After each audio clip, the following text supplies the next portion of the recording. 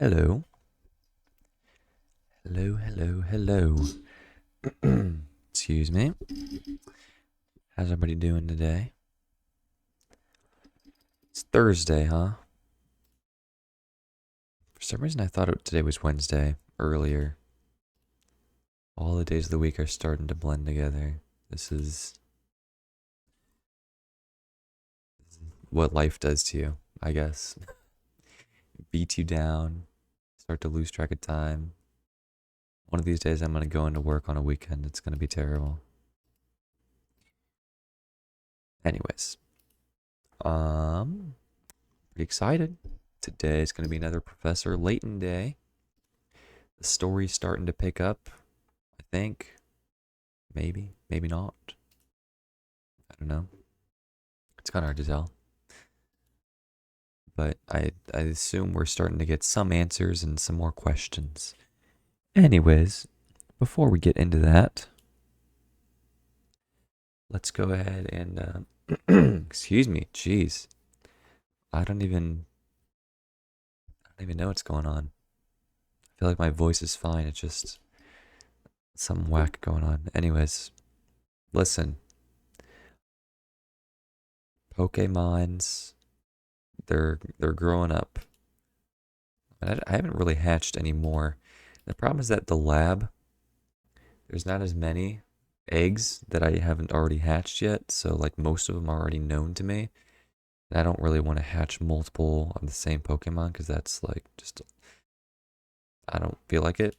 And you can only adopt so many from the shelter per day, depending on your pass level. I have a pretty low pass level, right? I have the lowest, obviously, which only gives me 6 per day.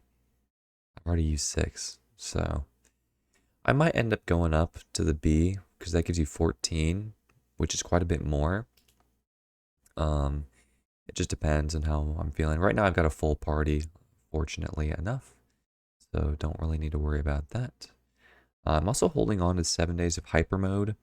I actually did this like on my previous account as well. Just held on to this redemption until I felt like using it, except I never ended up using it. So, I don't know. I don't really know what benefits hyper mode gives you. Okay.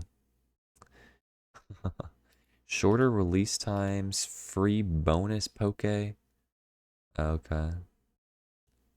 You get more adoptions from the daycare. Oh my god, what that's broken. Oh, costs less money to buy stuff for golden poke. And you get a little thing, the poke rotor. Poke rotor, I don't know what I'm talking about. Anyways, alright, enough of that. I'm bored. Let's go ahead and let's just start playing the game, right? That's what the main attraction is, of course. Hopefully my volume is not too loud. Let me turn it down so I don't deafen myself. It does happen on Windows 10. The like volume sliders on the corner of my screen. That's also the same part of my screen where like the emulator is. Where I was trying to pick the game. All right. I'm curious if we have any bonuses yet that we can unlock. In the first one, I think most of the bonuses were just like you had to like progress through the game. Top secret. Aha, so this is where you spend your Pickerots. Here's the puzzle index for all the puzzles. There's quite a few of them. Oh, saving my game. I didn't even do anything. There's a weekly puzzle. Oh, I've got to download them. I don't think I can do that. And then there's Layton's challenges, and the Layton's challenges was also in the first game. Those puzzles were freaking hard, man. I didn't even do all of them. I only did like 3 of them. They were crazy. Anyways, dude, every time I hear this song, man, I'm curious, like, if they use it in all the games, and if they do, like, do they upgrade it throughout the games? That'd be interesting. Or like, I don't know, I say upgrade it, but you know, like upscale it with like higher quality. I would appreciate that.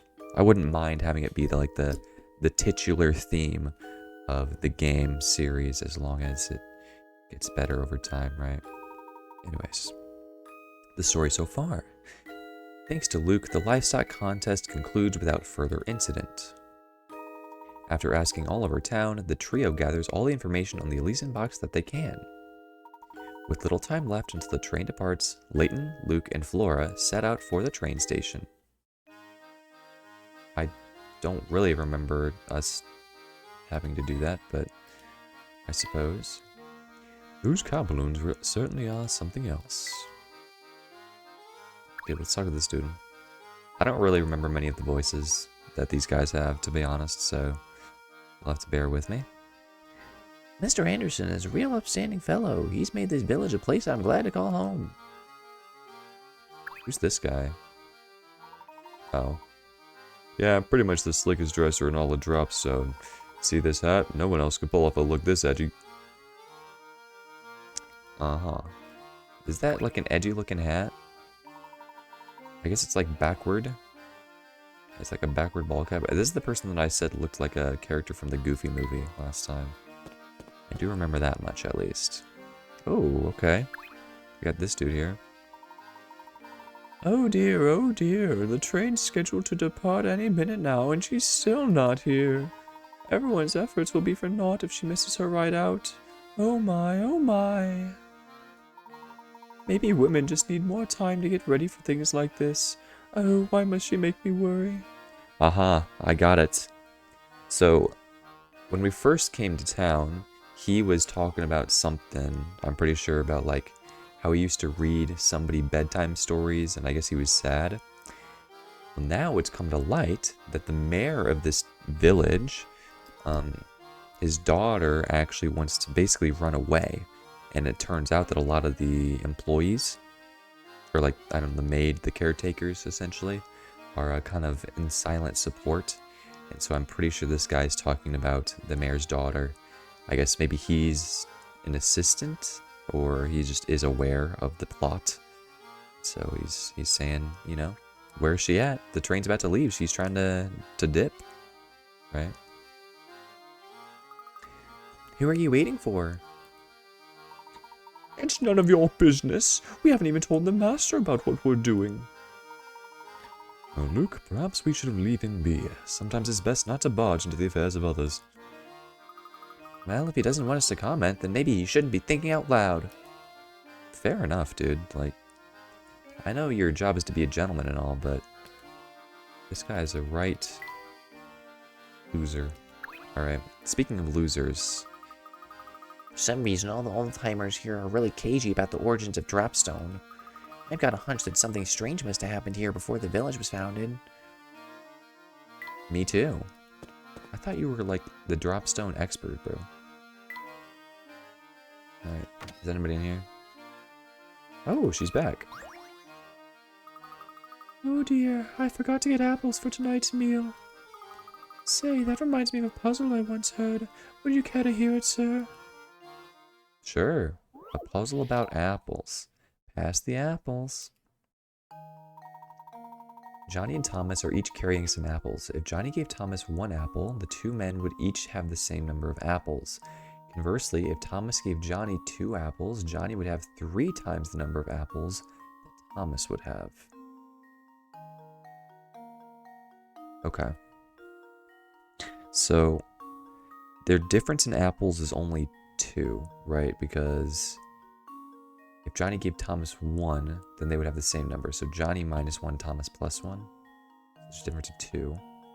Which means that Johnny has 2 more than Thomas.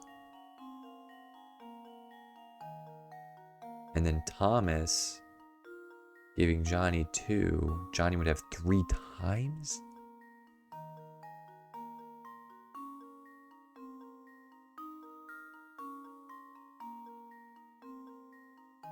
He's got to have at least 2. But more than 2.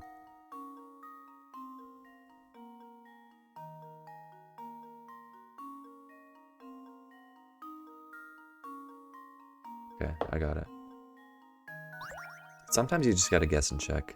There is actually a way to do it mathematically, or like algebraically. I don't really feel like it though. I just guessed and checked for a while. So, if Johnny gives 1 apple to Thomas, Johnny would have 6 and Thomas would have 6. Oh my goodness. Hello, Yahoo! You're definitely much earlier than usual, so welcome back. I was just about to explain the apple puzzle, which is, so if Johnny gives Thomas 1 apple, then they're supposed to have the same number, so Johnny would have 6, Thomas would have 6. And then if Thomas gives Johnny 2 apples, Johnny would have 3 times as many as Thomas. So Thomas would go down to 3, Johnny would go up to 9. And there you go. It's that easy. Sometimes you just guess and check, and then you get the answer. And now to test my theory. Yeah. And there we have it. I do try to stream at like the same times every day. Sometimes on the weekends I start a little bit later because I'm like doing something those days, but at least on Tuesdays and Thursdays I try to always start at the same time. Anyways, that was a pretty simple puzzle to start off with. It wasn't even a story puzzle. I just walked in here and I see this lady talking about how she forgot to buy apples for dinner. That's the answer, all right. So, where will you be heading next, Professor Layton? Once our train is in working order, we'll move on to the next town. That is how trains work. Oh, then I expect you'll run into the young mistress. She's leaving on the Momentary Express today. Yeah, she's kind of like, you know, got her finger out, talking about making dinner, and she's just revealed the fact that the mayor's daughter is attempting to leave on the train, which I also figured out earlier from the old dude in the town square. Should you bump into her, do say hello. Oh, and remember, please keep Miss Katya's trip a secret from the master. You don't seem to be doing a very good job of keeping it a secret, do you? Anyways. Miss Katya. Let's get out of here. Let's get on that train. I don't want to stand here forever. Oh, okay. The place is positively crawling with people, isn't it? Careful, Flora. If you don't watch where you're going, you're likely to run right into someone. Oops, sorry. This is all so new to me that I forget to pay attention to where I was walking. Not used to actually being around people, I guess. Actually reminds me, I don't know, maybe like it's just a difference in upbringing, but like at least where this new place that I live, you'll just be walking and people will be like in your way and they'll just like stand there. And they'll just be like taking up the entire walk space and just like they just won't care. I mean, that, you know what? I wouldn't put it past her either. She was holed up in a giant tower for a while, just chilling, doing nothing. She doesn't know how to walk yet. She's still learning. She's still young. She's got time. Understandable. After all, it's quite a change of pace from London. Wow, Flora, you sure are excited. To be walking, I guess. Just don't stand around gawking for too long or we might accidentally leave you behind. She has a panic attack and gets PTSD. Wow, what's that? Oh, and look, there's another one over there. Huh? Professor? Luke? It actually happened. Where did you two go? They actually left her behind. Oh, and she's kidnapped. Eek! Oh my god. Oh no, we left her behind. Professor, Flora's gone. Two gentlemen in action right here. They just leave behind the person that they were escorting, essentially. Oh dear, we must have gotten separated in the crowd back there. Let's retrace our steps. It didn't seem like there was much of a crowd. It's going to be awfully hard to find her with all these people about. Yeah, he manifested it. He spoke too much. Now, where could that girl have gone off to? Woo! Flora, where did you run off to? Actually, I was kidnapped. Sorry, there were so many people that I must have lost you. I turned to look at something, and before I knew it, you two were gone. Well, I'm relieved you found your way back to us. With so many people around, who knows when we might have found you again. Now I'm suspicious. Ever since the first game, of which this is only the second, but in the first game, the main villain was like impersonating the main detective that is in this game, Inspector Chelmy. I know that's exactly what I was about to say. Who is this?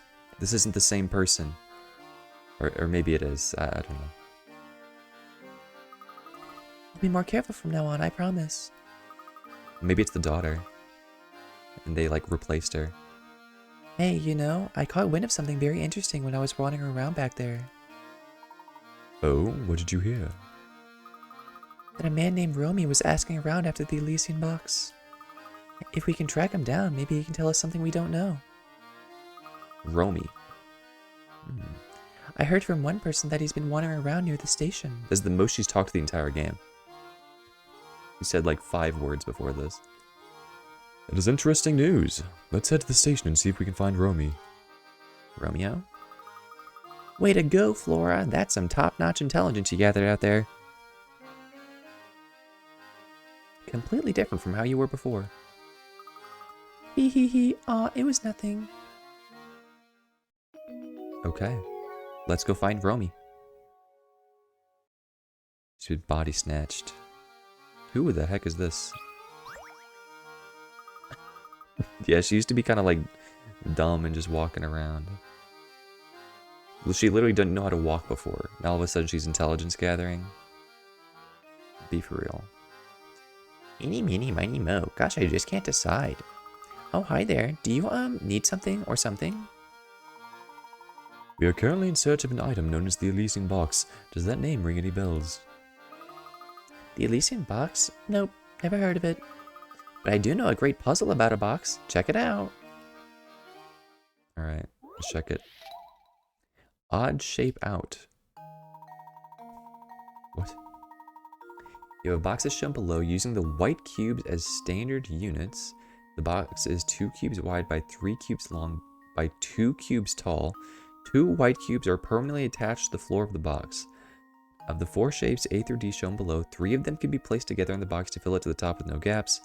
Find the shape that doesn't fit into the box using the conditions described above and circle the corresponding letter. Uh-huh.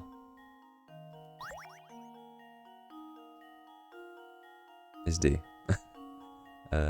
So if you observe, C can be placed right here, just plopped on in there on the bottom, and then you can put A and B together to form like the top layer. So I think it's D. Consider this puzzle solved. It's been solved. And there we have it. Congratulations. Yeah, not too bad.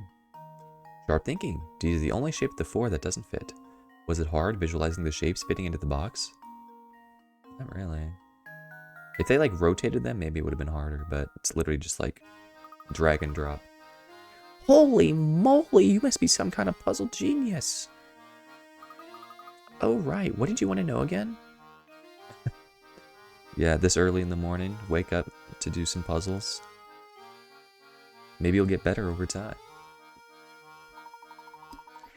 I was wondering if you might know anything about the Elysian box. Let's see. Nope, I've got no clue at all. If I were you, I'd try asking someone else. Wow, thanks a lot. I see. Even Layton couldn't hold back his frustration and annoyance. A gentleman can only take so much. Alright, should I keep looking for puzzles or should I just get out of here? I think I'm just gonna leave. Exactly. He's like, hey, do you know anything about a Elysian box? And she's like, I have no idea. Here's a puzzle for you, though. Like, oh, okay. What were you asking again? The Elysian box? Yep, I got nothing. What was even the point? Who is this? This looks like a eldritch horror. This whole festival's been put on by the Andersons, the wealthiest family in the village. And as you're new here, let me dish for a moment. Let me dish for a moment?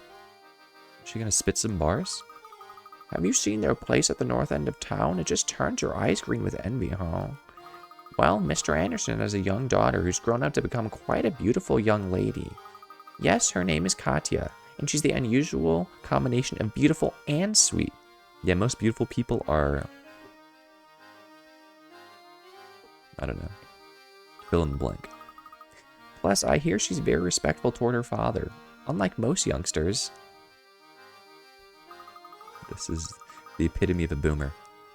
Oh, kids these days, the only thing they love more than sassing their parents are those oversized pants. What era was this written in? Oh, sorry, I do believe I've gone on a rant. Did you need something from me?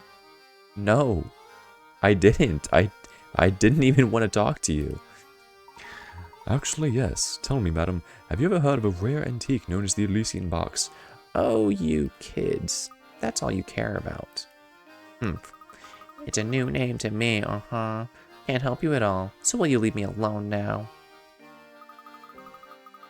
Oh, but you know, you did just remind me of a gem of a puzzle I know that concerns a box.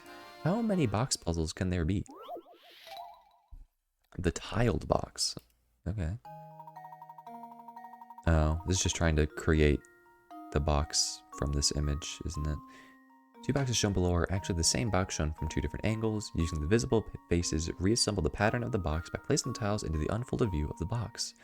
Don't forget, each tile needs to go in the correct square facing the correct direction. Okay.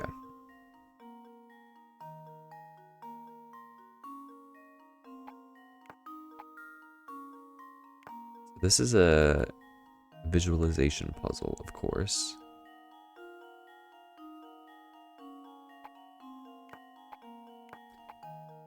I think it's gonna be like this, because this arrow is gonna point towards this side, which is then gonna be the dude who points there, and then. Oh my god.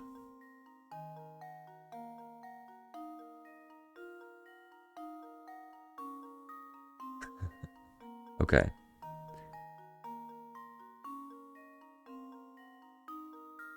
The circle's got to be here, because this is the only side we can't see, right? Or no? Circle's here. No, the circle's...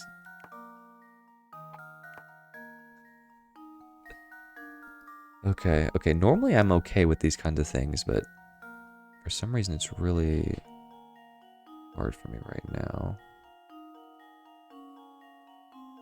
Okay, now the circle is here. Which means that this is here.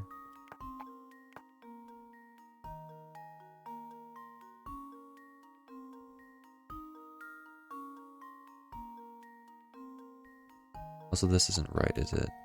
Oh my god, this is a 30? This is a 30.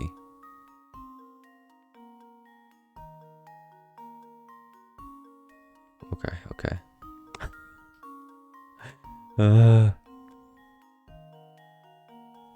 So the arrow points toward the dude. And this points to the right of that. The heart goes toward that. So it'll go like that. So we just need to figure out the orientation of this clover. It's going to face the same direction as the dude.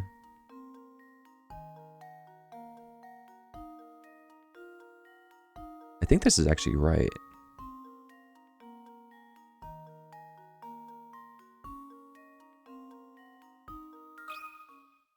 This should do the trick. Nice. Huh. Oh my god. Wonderful. Good job. Was it hard converting the 3D shape of the box into a flat 2D image in your head? Oh, I actually did the opposite. Now that's interesting. I didn't even think about that. I guess there are two different ways that you can really think about this, right? You can either do 3D to 2D or 2D to 3D. Or I guess you can do both. I was mostly trying to do the 2D to 3D.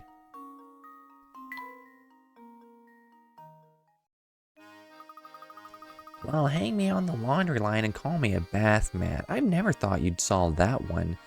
You kids these days. You seem like a nice man, so I'll be straight with you. I wouldn't talk about that box in these parts. You know, that box that I didn't know what it was. Never heard of it before. But why? Well, it's complicated. I've given you my advice, so smarten up and follow it. Okay, lady. And now she's back to normal. Can I get in the house? Doesn't look like it. Okay. Go here. I saw that on the map. Oh, it's Mr. Anderson. I don't remember what his voice was supposed to be like. Oh, Mr. Layton, do you have a moment? Certainly. How may I be of assistance? It seems you've done a great deal of investigating today. Tell me, during the course of your inquiries, you didn't hear anything about my daughter, did you? Your daughter, sir? Yes, Katya. You see, she hardly ever comes home since her grandmother Sophia passed away. Sophia and my daughter were very close, and Sophia's death came as a great shock to Katya. If you should see her, would you please tell her that her father wishes she'd come home? Oh, she's already gone. She's already run away, apparently. If a fine gentleman such as yourself delivers the message, she just might listen. Unfortunately, our train is leaving soon, so I'm out of here. I may not be able to be much of help at all. Katya is our only child. She means everything to me, and I'd be forever in your debt if you could help me. What does that mean? She's our only child? Yeah, she's probably on the train, stowed away. Or she's taken over Flora's body. I'd forever be in your debt. Nope, don't care. I wonder what this Katya lady's all about. Your guess is as good as mine. But judging by her family and breeding, I'd guess she's both beautiful and refined. What? Let's just move on. Professor, get a hold of yourself. What? Alright. I don't even know what just happened. Let's talk to this dude. I heard that you've been inquiring around the village about an antique known as the Elysian Box. Oh yeah, that thing. Folks say that freak little box kills whoever manages to pry its lid open. I just found out about it during the course of my travels, but that box isn't what I'm really after. Well then, if I may be so bold as to ask, what are you looking for, sir? A phantom town that's nowhere to be found on any map. Haven't we already talked to this guy? Place only the chosen may visit. The only way in, I hear, is on the Momentary Express. Why do I have a feeling we've already found it? That train and its many mysteries have been the subject of my research for years. From what I can tell, this artifact you're after, this Elysian box, is also tied to that town. Wow, so when can we set out for it? How do we get there? Yeah, that's the detail I haven't pinned down yet. Maybe you whisper a word while inside the train and then whoosh! The track goes in a new direction. Anyhow, it's probably something like that. I'll just have to keep searching until I find a way in. Interesting. Thank you for your time. Professor, did you hear that? I think we finally got a new lead on the Elysian box. It's a bit early to celebrate, but it looks like our journey on the Momentary Express isn't over yet. Alright, you two, let's start making our way back to the station. Okay, Professor. Sure. But where? Where could we find this phantom town that can't be found on any map that has ties to the Elysian box? Where? Yeah, you got at least 30 puzzles on your belt, nice going, bro. But if you want to challenge Willie at a real rockstar, give me a holler. Okay. I'm giving you a holler. How's the festival's treating you, dudes? Pretty righteous, huh? This brain isn't ready to move quite yet, so while we're waiting, I'll lay this sweet puzzle on you.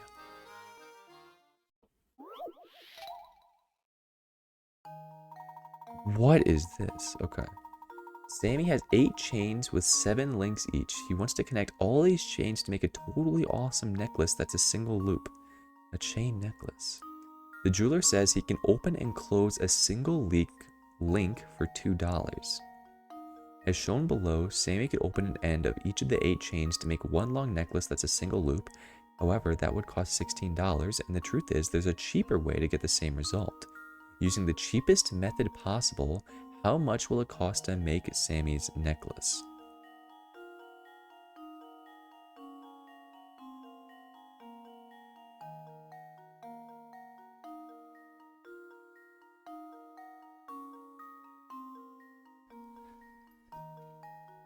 What?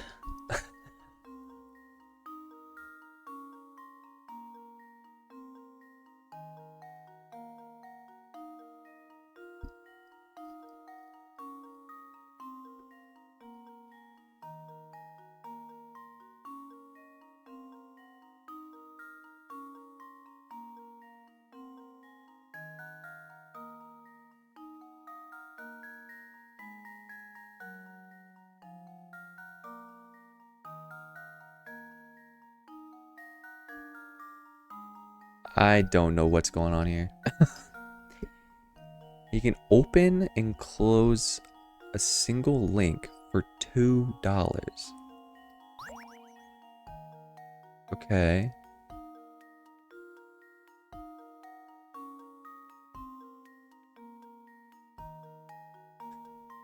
Oh, I see. So you open this one and then close it around there.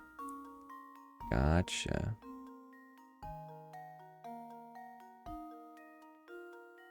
I mean, in theory,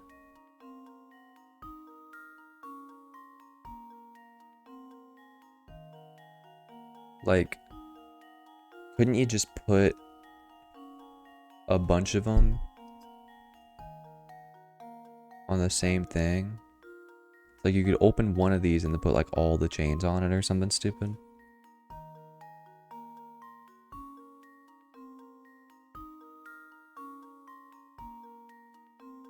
I don't know.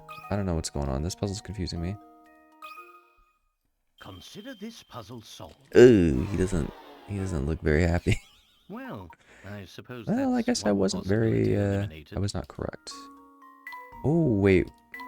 Maybe I was on the right track, but it's actually only $2. It's like if you open this one link here, and then you just like put each chain attached to it, and then close it, that'd be only one, right? And then you could even self-close it.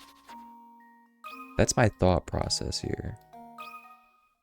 Consider this puzzle solved. Okay, well, I'm just stupid. Well, I suppose that's one I possibility mean, eliminated. not really, I guess, but I'm just trying to follow the rules of the puzzle. He wants a really long chain necklace. Alright, I'm just gonna use a hint coin. The number of links in each small chain is a crucial clue that will help you solve the puzzle.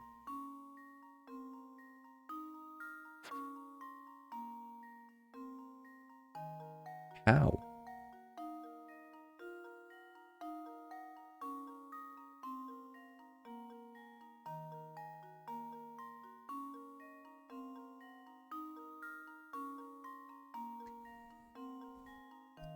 There are 7 links each.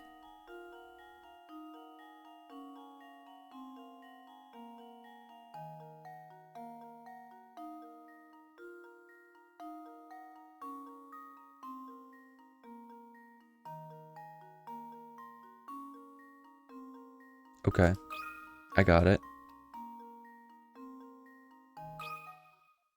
This should do the trick. Amazing.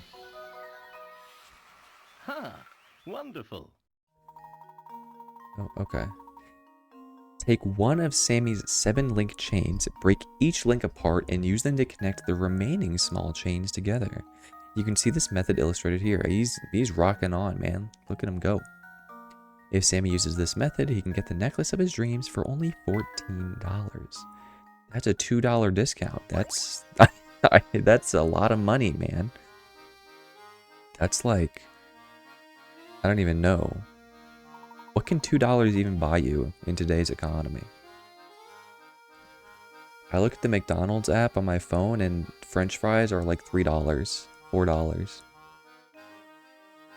Monetary Express is back in business, baby. Get ready to ride, folks. Hey, you guys better hurry back to your seats because this train's ready to rock. Oh my god, I missed so many puzzles. I missed 9 puzzles. I mean, I wasn't exploring. Oh, cutscene. Don't stare into Layton's eyes too long. Thank you so much.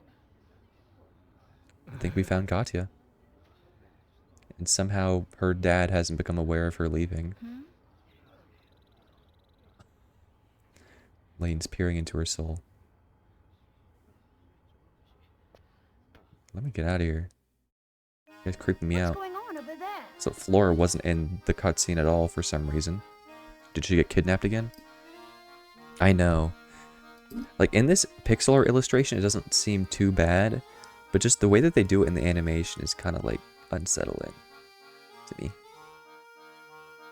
I believe we may have stumbled upon Mr. Anderson's dear daughter. I think you might be right. That's one heck of a send-off. Considering the size of the party, I doubt she's just going on holiday. Probably not. She's leaving forever. New mystery. What? Katya is the daughter of Dropstone's most influential man, Mr. Anderson, and is boarded the Monetary Express. Several villagers came to see her off, yet she travels alone. Where is Katya headed, and why is she making the journey there by herself? Oh my god, look at these shadows for the next mysteries. This one's literally just a castle, and this one is just a hexagon. The final mystery in the game is a hexagon.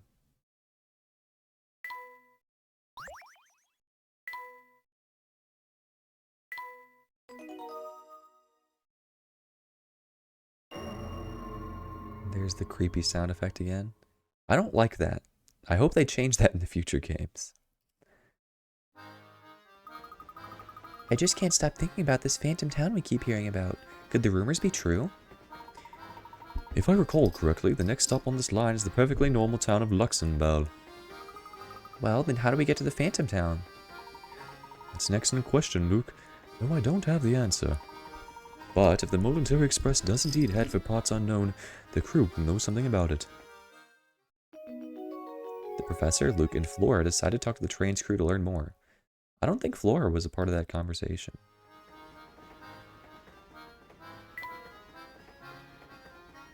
I'm clicking around for hint coins, and I'm not finding them. Let's get out of here. Can we head back here yet? Looks like there's no way in, huh? Yeah, I know. She's like barely a character, apparently. I don't know.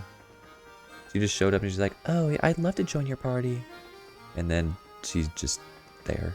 Like I said, the most line that she ever had was after she got kidnapped and body snatched. And now she's back to normal. Alright,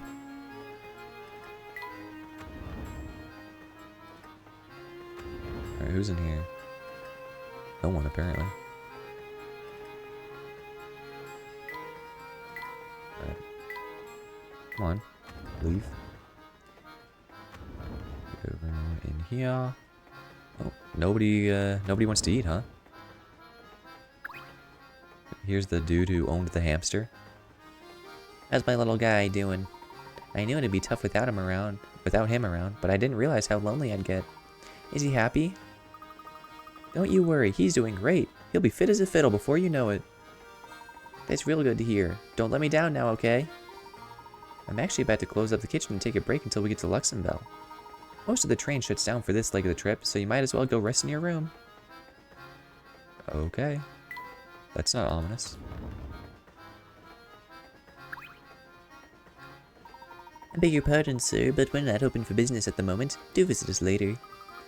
You're really closed? Yes, you see on the way to Luxembourg, there's a long, unlit tunnel we have to pass through. While in the tunnel, none of the scenic views of our restaurant affords patrons will be visible. Reading comprehension. It is Mr. Beluga's wish that all patrons be able to enjoy the scenery while they dine. Enter a temporary suspension of service. Wow, talk about a classy operation. Mr. Beluga has really thought of everything, hasn't he? Yeah, that makes sense. So, you know, because we want people to be able to see the views, we don't even allow them to eat if there's no view.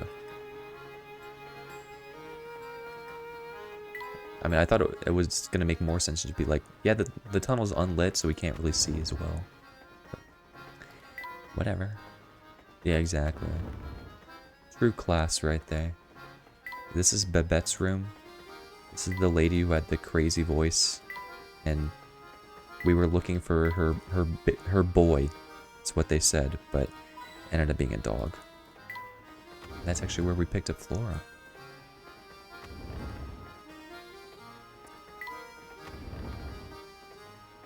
Right, here's Granny Riddleton.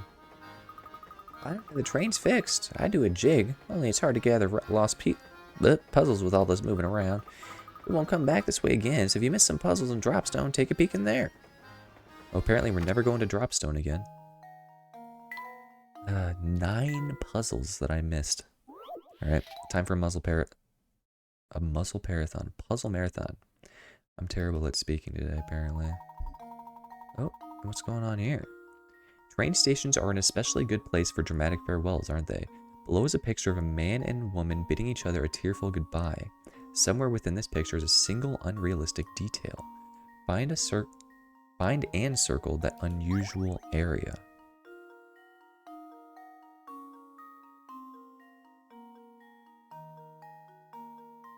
I mean, is it not the fact that he's like leaning out the window?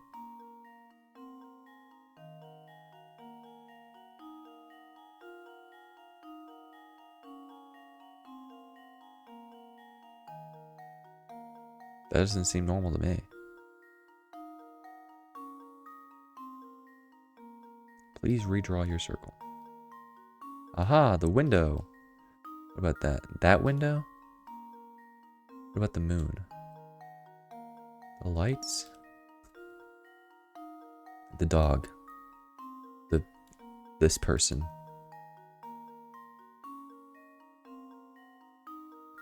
I'm just gonna guess it's the window. I don't know. I don't think windows usually open in trains, do they? It's kind of hard to tell. It looks more like a... I mean, really, it just looks like a video game character. Kind of reminds me of the dudes from Xenoblade Chronicles. I forget what they're called. Like Pon Pon or something.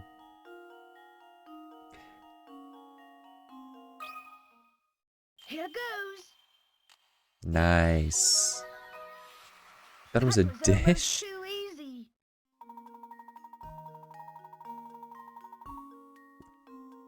Like a food? Like a pudding? It was like chocolate pudding?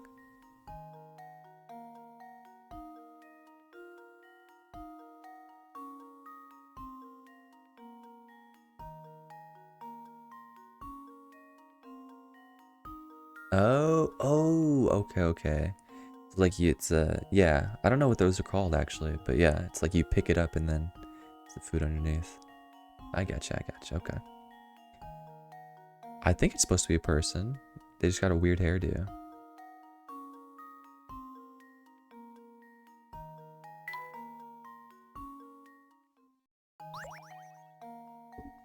A two-sided part. Sweet. Alright, well anyways, that was a puzzle. I was right for the wrong reasons, I believe. Oh god. In order to wrap the flower just like the leftmost drawing, how should you begin your wrapping?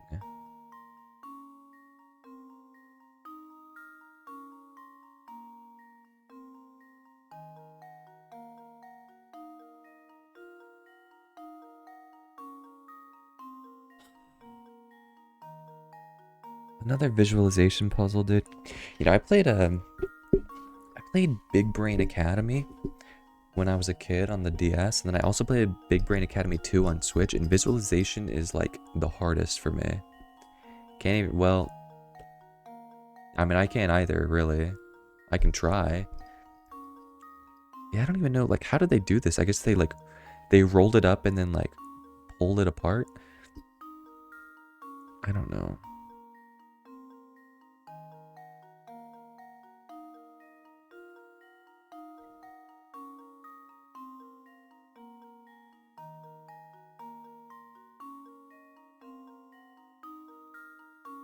What's the difference between like C, B, A, and then A and D? Like it's just opposite sides, right? But aren't they like the same?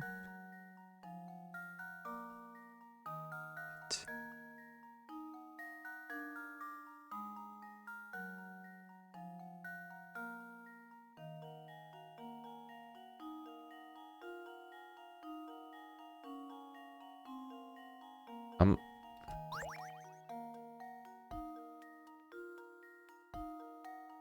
How are these not the same?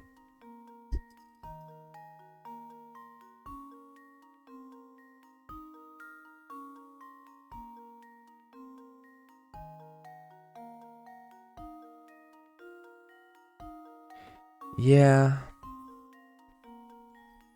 They are on different sides.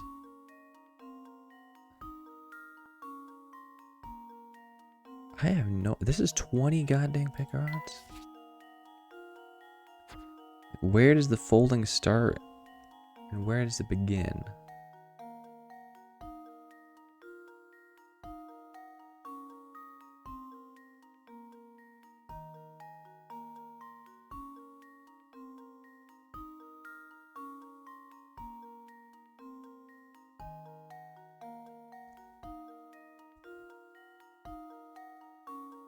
My guess is that it's either B or C.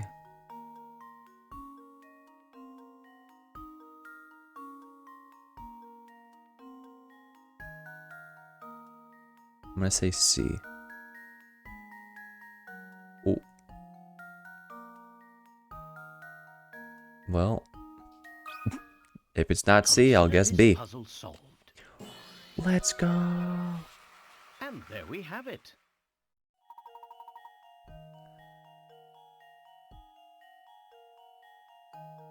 But like, are B and C not basically the same thing? I guess not. I don't know, whatever. Were you able to follow the paper's transition from a flat shape into a 3D one? To be honest, not really. I kind of just guessed, and I guess I got lucky. I took the 50-50 and it worked out. Yeah, yeah, exactly. Like, you gave me the right answer, and I still don't know why. But you know what? I'll take it. There we go. 20 pick rats down. We've still got 7 more puzzles to go. Lower houses A, B, C, and D. I thought those were arrows. Each of which is a different color. No, they're not. Decipher each house's color from the following clues. The red house is closer to the pine tree than the blue house. The yellow house is closer to the lake than the green house. The green house is closer to the power lines than the blue house. And D is either yellow, blue, or green.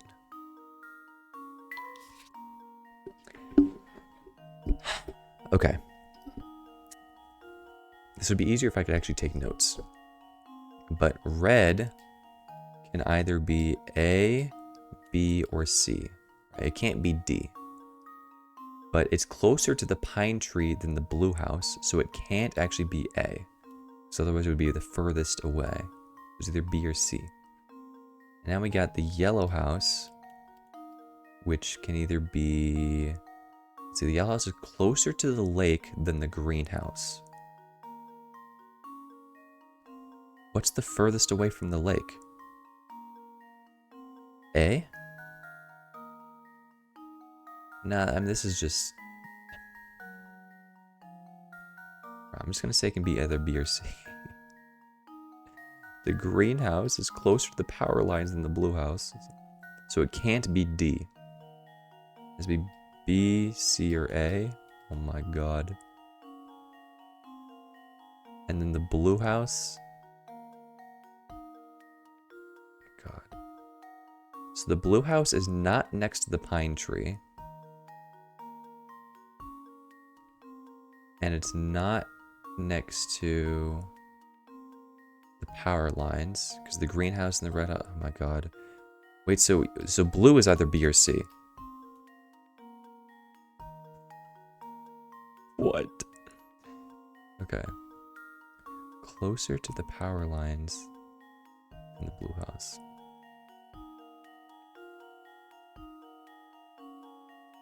I think yellow has to be here.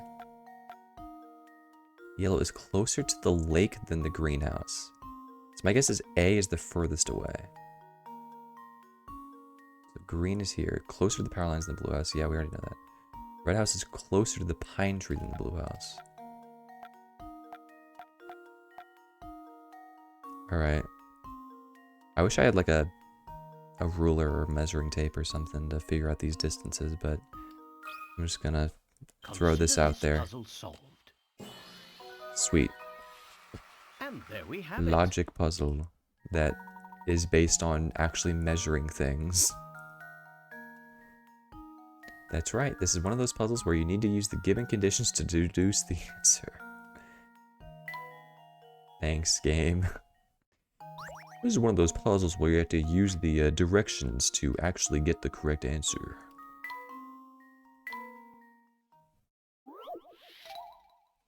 Moving day, 35 pick rods. Okay, this is a tough one. 4 horses, all of which travel at different speeds. In traveling from point A to point B, these horses take 1, 2, 4, and 6 hours respectively. One day you decide to move all your horses from point A to point B, however, you can only move a maximum 2 hours at a time, and you need to ride a horse back to point A each time you return to move your other horses. Knowing you can only move as fast as the slowest horse you're traveling with, what's the fewest number of hours it will take to complete your move?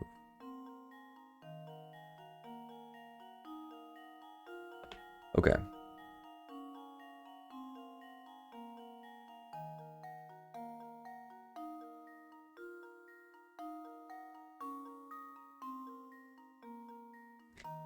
Man, I remember there was actually a Flash game on a website that I went to that was very similar to this. The concept of the game was something silly where it's like the world was gonna end in like 24 hours and you had to end it, save it or whatever. I don't really remember what it was, but there was a puzzle where you had 4 wizards and the wizards moved at different speeds, and you had to like get them from point A to point B. So it was very similar to this. But I don't remember what the answer was.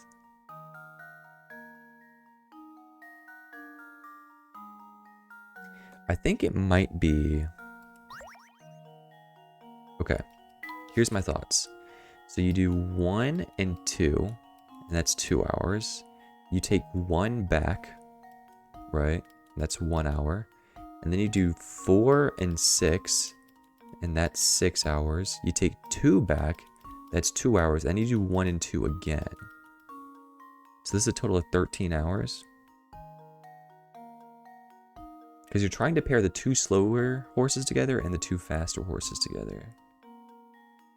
I think that makes sense.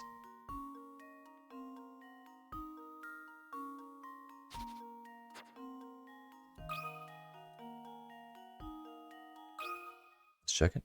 Math puzzle? Let's see if this works. Aha! We've done Piece of mathematics.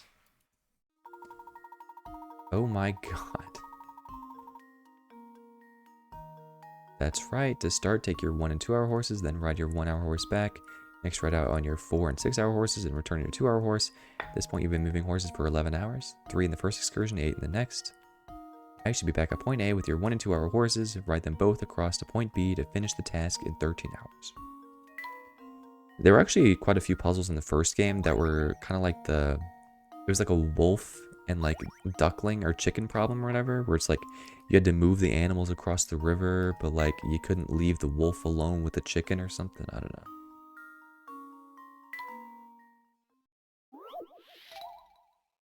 Cube halves. Below are 4 halves of 4 separate cubes. Each of the halves is shaped so that when fitted with an identically shaped piece, these 2 halves form a whole cube.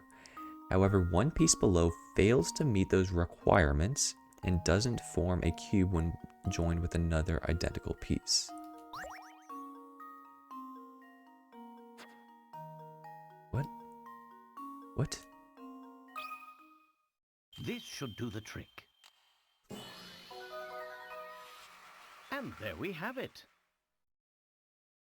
Okay.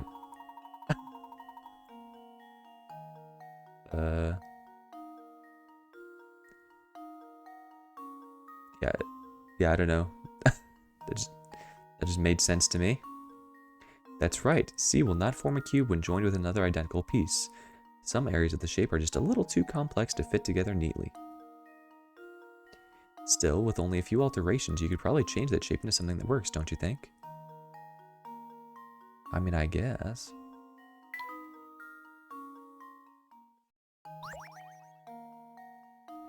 Alright, we're halfway done. We're almost done with the muzzle parathon, as I so eloquently stated earlier. Muzzle parathon, that gave me some strange imagery. Well, here we have yet another inconveniently shaped board. This one's even more unwieldy than the last, so you need to cut it into 2 pieces that you can reassemble to form a rectangle. Assuming you aren't allowed to flip either of the pieces over once the board is cut, where should you cut it in order to achieve the above? You want to form this shape, and it can only be 2 pieces.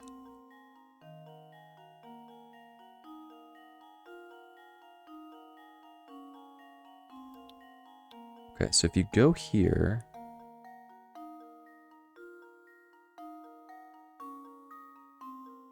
and then there, and so you can put this like into there, and then it's a 4 and a 4, and a 4 and a 4. It's very symmetrical. This should do the trick. Sweet. A true gentleman leaves no puzzle unsolved. The sign of a true gentleman. Oh, the dude's passed out again. Very nice. That was pretty fun.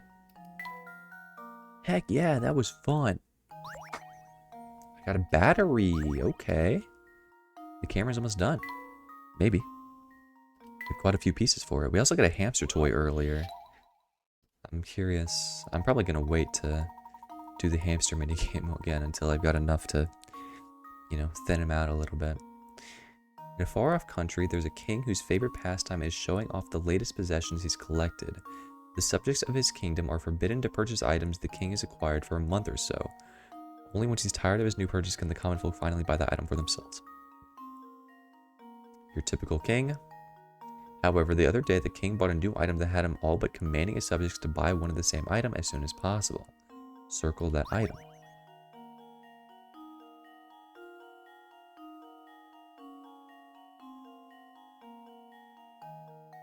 Telephone.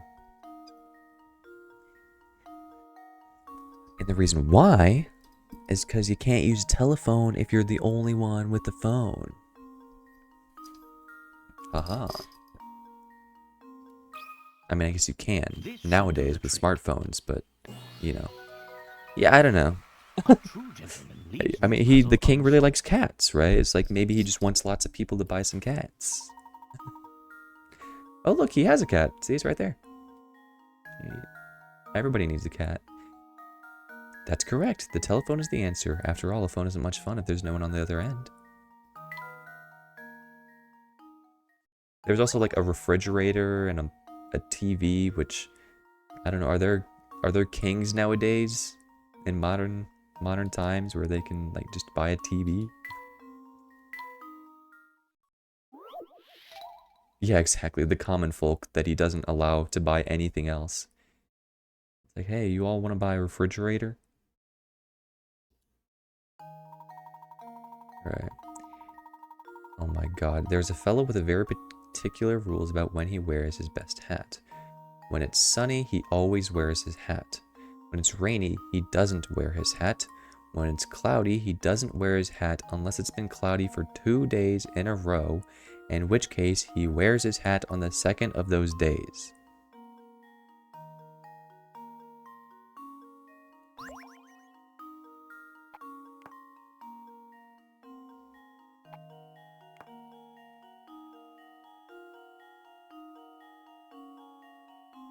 So when it's sunny, he always wears his hat. Okay. It's like this.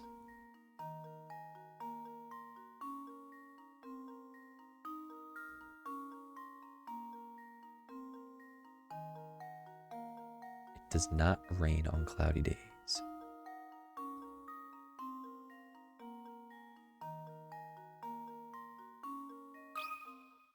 Consider this puzzle solved. Aha. So the trick with this one... Wonderful. Yeah, I mean, maybe that's why he doesn't like wearing it on certain days. But like, why? Why would you even... I don't know. Like, wouldn't you want to wear it on the rainy day to like protect your head? And like, you wear it on the sunny day to protect your face from the sun, but the hat's too small to actually protect you from it, right? And he wears... I don't know. This guy's a weirdo. I mean, that's fair. Like, you know, you do you. If it's part of your identity, part of your routine, I get it. I respect it. But yeah, how does it even stay on his head?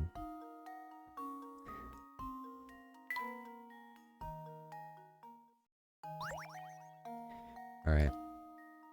One more puzzle left. Painting the flag. True. Yeah, it was actually raining quite a bit yesterday. I was gonna buy an umbrella and then I forgot. I got outside because I was like in the mall to eat, and it was just storming. I was like, oop, my bad. You have a pristine white flag that you want to color into 3 sections as shown below. You have 3 paints. No 2 adjacent sections of the flag can be the same color. Each section can be only one color, and you can't change the number or size of these sections. If you aren't allowed to mix paint, how many distinct flag designs are possible?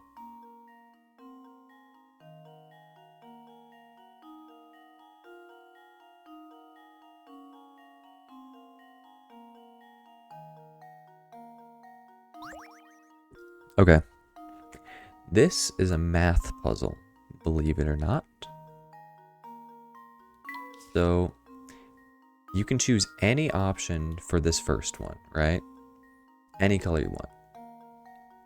For this left section, But for the second section, you only have 2 options. Because you can't choose the same color as the first one. For the third section, you also have 2 options. Because you can't choose the same color as the middle one, but you can choose the same color as the first one. So what you get is 3 times 2 times 2, which is 12.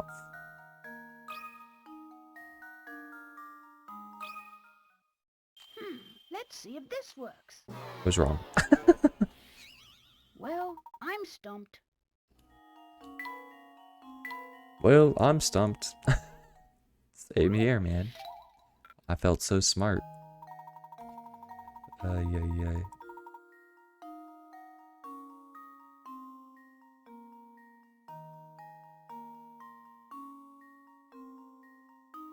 Okay. I think that the secondary solution is actually that the color can be white still, so you don't have to paint it, right?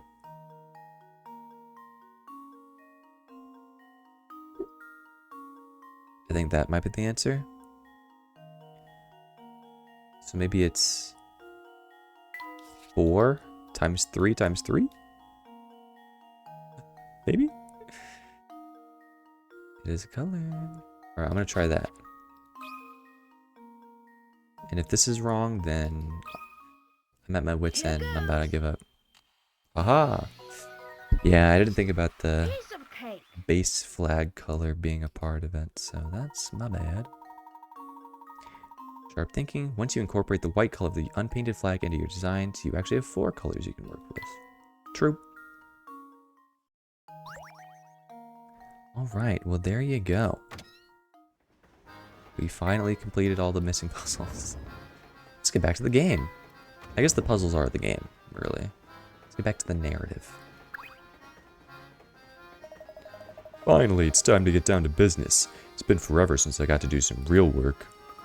What do you mean? Didn't you just finish repairing the train?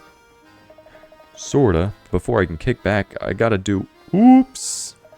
I mean, nothing. Things are good. Huh.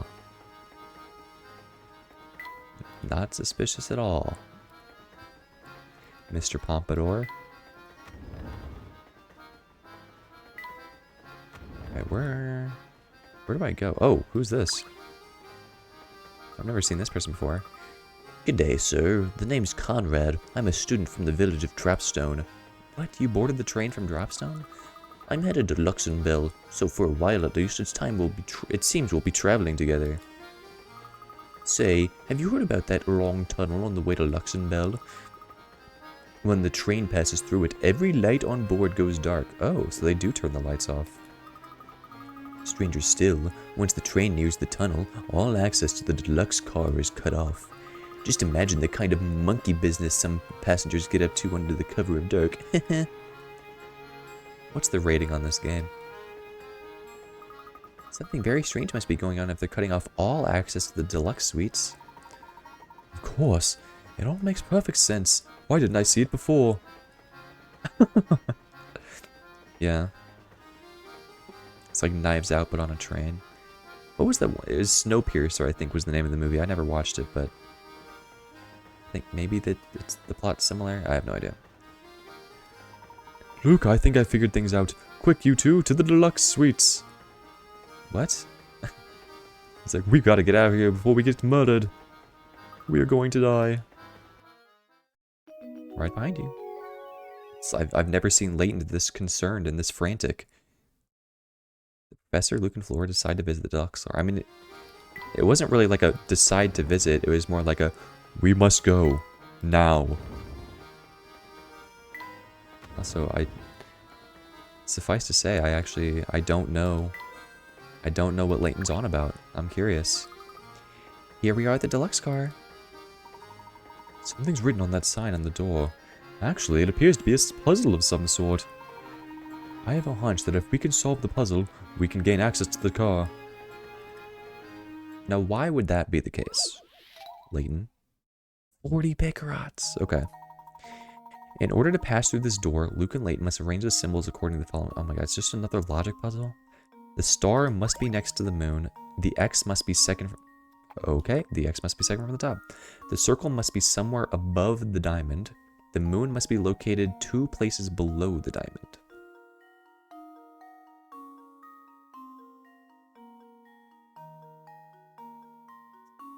Okay.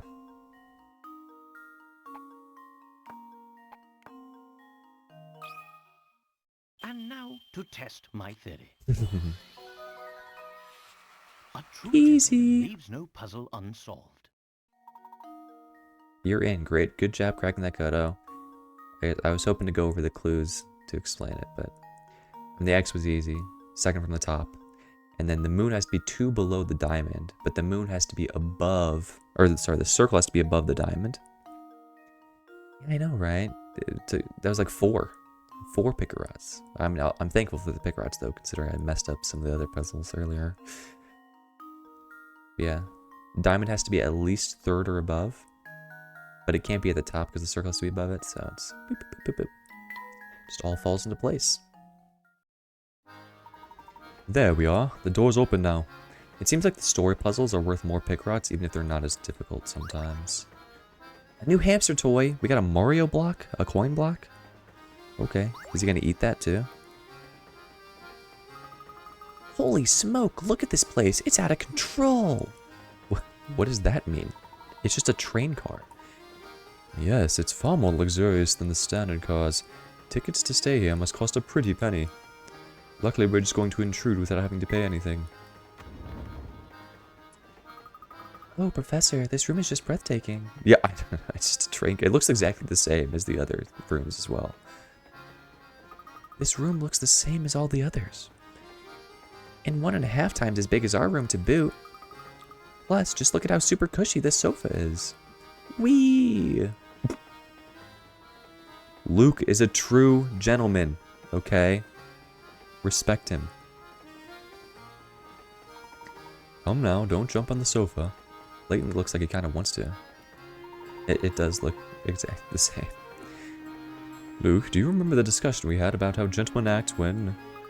Wow, you're right. It's so cushy. Whee! And a true gentleman never ruins the day of a young lady. Layton just doesn't know how to react. How's everybody feeling? Sorry to busting in the party, but I'm just here to snazz up the rooms. Let's see. Should they go here? Negative same, that's no good. Hey, you there. Smart looking dude. I mean you, man. Me, good sir. Uncle Beluga, I mean the boss, man, told me to pretty up the place with some flowers. Can you figure out where I should put these things to make the room smell nice? Of course. It shouldn't be too much trouble to find a spot for flowers as lovely as these. And it's a puzzle. Get some feng shui up in here. What? Ah, there's nothing like fresh cut roses to boost up your spirits. Can you help Sammy freshen up the whole car with their fragrance? My brain is turning to mush. Tab a square with your stylus to place a rose. The fragrance of each rose reaches 2 spaces in all directions but can't penetrate walls. If the fragrance of 2 or more roses overlaps, the resulting smell will be overpowering, so make sure to keep your roses spaced out. To remove an existing rose, just tap on it again.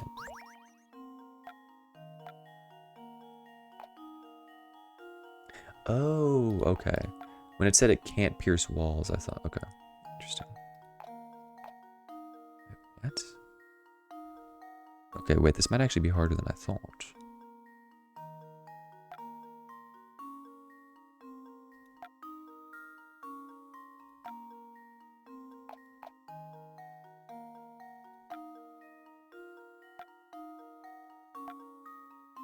No way.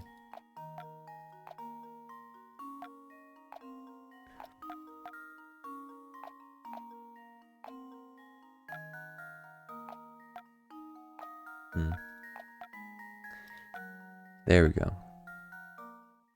Cool, I did it.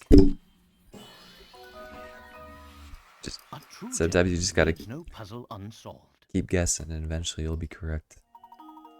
Well done. 5 roses were just enough to freshen up the car.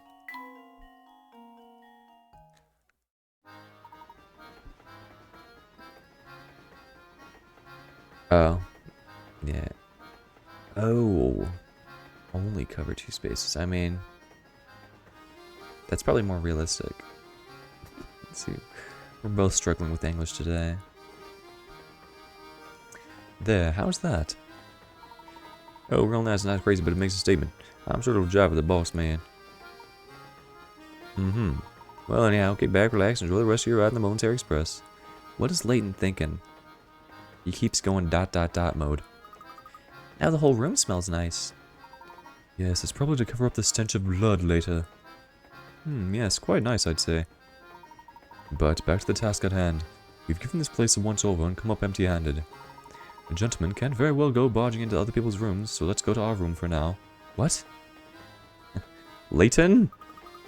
Oh, Professor, do we have to? It feels like it's gotten so late. Can't we just stay here for now? This dude is like, I've solved the puzzle. We must head to the deluxe cars now. And then we get here for 1 second. He's like, well, time to go back. The professor, Luke, and Flora decide to return to their quarters once more. It's the strangest thing. All of a sudden, I'm so tired. What's the matter, Flora? Yawn. Gosh, all of a sudden I'm kind of sleepy too. Alright, you two, this is no time for jokes. Oh dear, I'm suddenly quite tired myself. Oh my god, it's the roses. The roses were poisoned.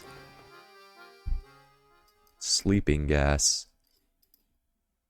They wake up tied to a chair. Is she not wearing shoes? Here we go, into the tunnel.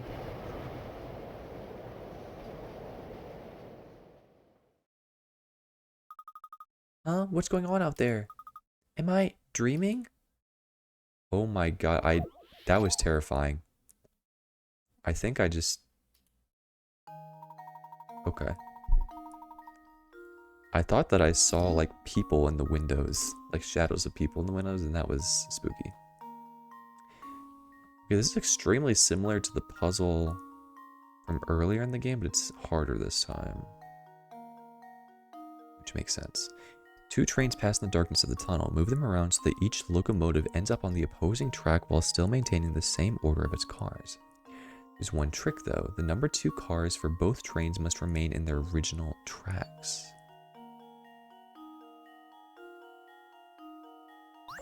What does that mean?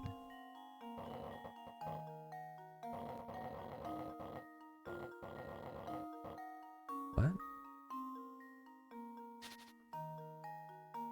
Oh, okay, the number 2 cars have to stay here. Interesting. Oh my god, this looks impossible, dude.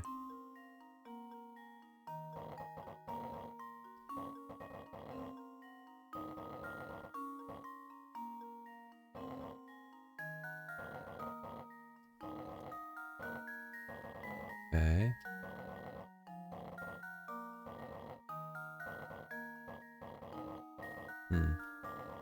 Okay, this doesn't seem right.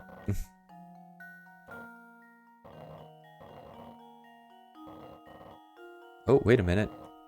Okay, we've stumbled upon something. Maybe? But how do we get this out of here?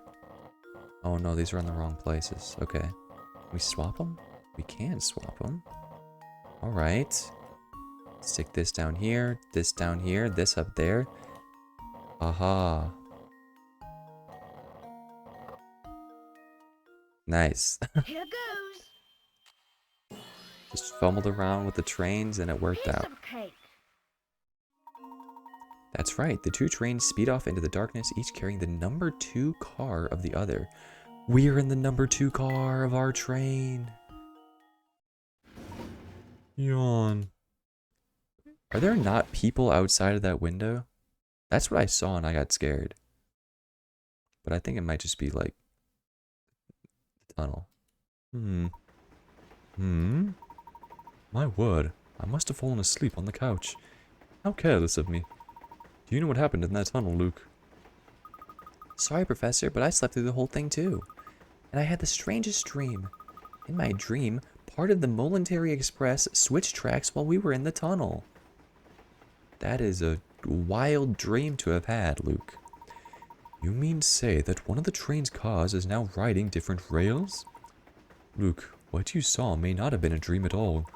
If one car did split off from the train, it would no longer be bound for Luxembourg. Oh, and then it'd be heading for the Phantom Town, which I thought was the town we visited earlier, but maybe it wasn't. Maybe that car is how you get to the Phantom Town. I'm beginning to suspect you're right on the money, Luke. I hope the Phantom Town isn't as creepy as it sounds. And Flora's dead and gone. And a light bulb for the hamster. I'm sure he'll love eating that one. Ready to rock. The next stop is frozen. Come on, passengers, let me hear you scream.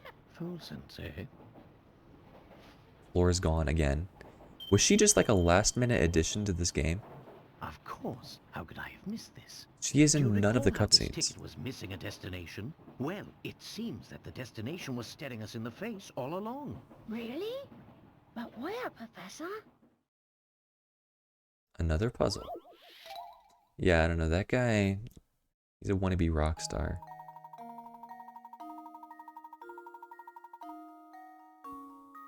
In front of you sits the ticket that Layton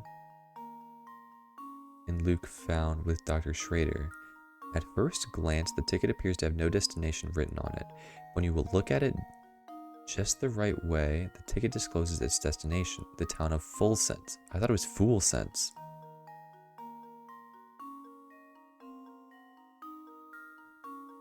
I think I know the answer. The key to spotting the destination is the number that has been cut out of the ticket. What number used to be there? Use the ticket and the instruction booklet to puzzle this one out. Instruction booklet? Oh my god. The ticket in the instruction booklet is a physical copy of the goddamn ticket. Okay.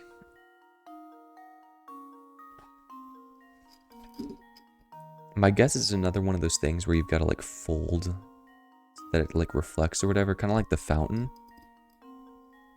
Where the fountain like reflected off the top. I think it's the same thing here.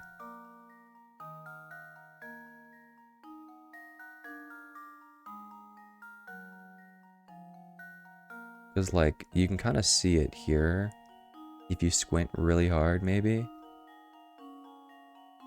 It's like S-E-N-S-E here. Right?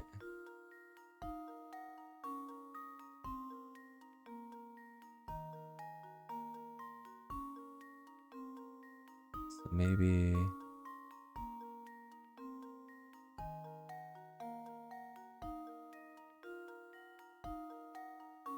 This is a 2 maybe? I'm just gonna guess it's a 2.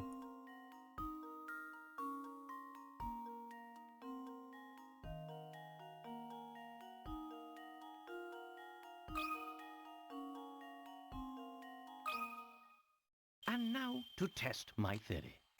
Nice. And there we have it. For full sends. Nice. Excellent. The missing number is 2. If you fold the ticket as shown and line up the 2 sets of numbers, they form letters that spell out the phrase for full sends. It looks like the ticket's destination was there all along. So we should have been on the deluxe car this entire time. We were getting scammed. I get it. Well, I suppose it means we've almost reached our destination. Yes. And he's opening the window. Oh, wow, this is strange. When did it get so dark? What do you mean? Bro, how long have we been in that tunnel and asleep? It was literally daytime. Oh my gosh. I do believe we've arrived at the next stop. But I don't see Flora, Professor. Where could she be? Oh. Okay, apparently Flora not being here is intended by the game. I thought she just decided not to be in any of the cutscenes. Hi, you two. Glad to see you're finally awake. She's even more possessed than she was before. Laura, where did you run off to? I was kidnapped again. I'm sorry, but the train car was so stuffy that when we stopped, I went outside for some air. You went outside? In this nightmare town? You went out alone? Oh my god. Luke, leave her alone, man. Are you crazy? Are you stupid? You went out there by yourself. What are you thinking? My god, man. It's dangerous out there. Who knows what kind of creeps will be looking out around. You'd be an amazing parent. And Layton's just sitting there and being like, he is right. Oh, well, I'll be more careful from now on. She's about to cry. Watch your tone, Luke. A gentleman always remembers to treat a lady with kindness and respect, especially when she put herself in a dangerous situation. You probably shouldn't traumatize her even further. Now, since we're all back together, why don't we get off this train and see where we are? And Luke is still pissed. He's fuming still. Jesus. We solved the mystery of the train ticket. The ticket was for those headed to Full Sense, a destination accessible only to those riding in a particular car on the Momentary Express. It would seem that Dr. Schrader must have visited Full Sense sometime before his death. Maybe that's where he found the Elysian box. Yeah, Luke needs to take a chill pill. Yeah, I guess these aren't people outside the windows. It's like a building. Saloon or something. It gave me quite the fright, though. Oh my god, we can't even read anything. Oh, what? Wait, are we still inside of a tunnel? I'm so confused. This place gives me goosebumps. What is going on here, dude? This is a horror game? Yes, I'd second that. I'm sticking close to you two. Finally, you learned your lesson, you stupid girl.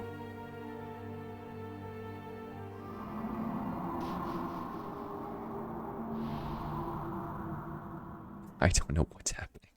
Oh, these must be pictures of the town. I'm scared and afraid. Indeed, and old ones from the look of it. Judging by their condition, I'd say they're at least 30 years old. Yeah, that makes sense. How do you know? Lucky guess. Oh, that's right. You're an archaeologist. Of course you know. Not how that works.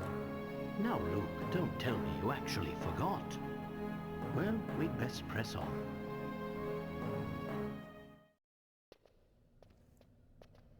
She's finally in a cutscene. And Layton finally fits into the atmosphere.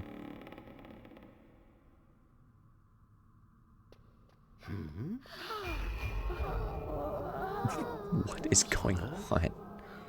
It's like that scene from Logan with Professor Xavier. Professor, what was that? Let's go. He's ready to get down.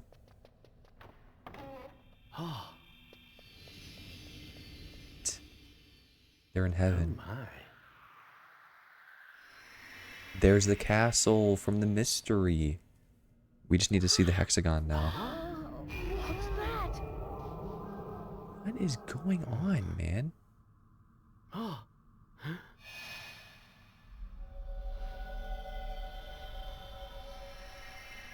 Just what is going on here? I don't know, but it's strange.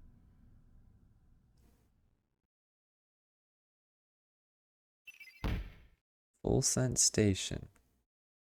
I still want to know what Layton thought he figured out when they decided to go to the deluxe train. And then what made him then go, well, I guess I was wrong. Let's return back to our car. Like, what is going on, man? This is even more trippy than the first game. By far. Minutes after Professor Layton, Luke, and Flora's arrival in Full Sense, the rundown train station transforms into a gleaming, ornately decorated building right before their eyes. What caused the sudden change to the station's appearance? I'm scared. Following rumors of the Elysian box, the Professor, Luke, and Flora set foot in a strange town. But cautious as they were, nothing could have prepared them for the events to follow. Boom, dead body.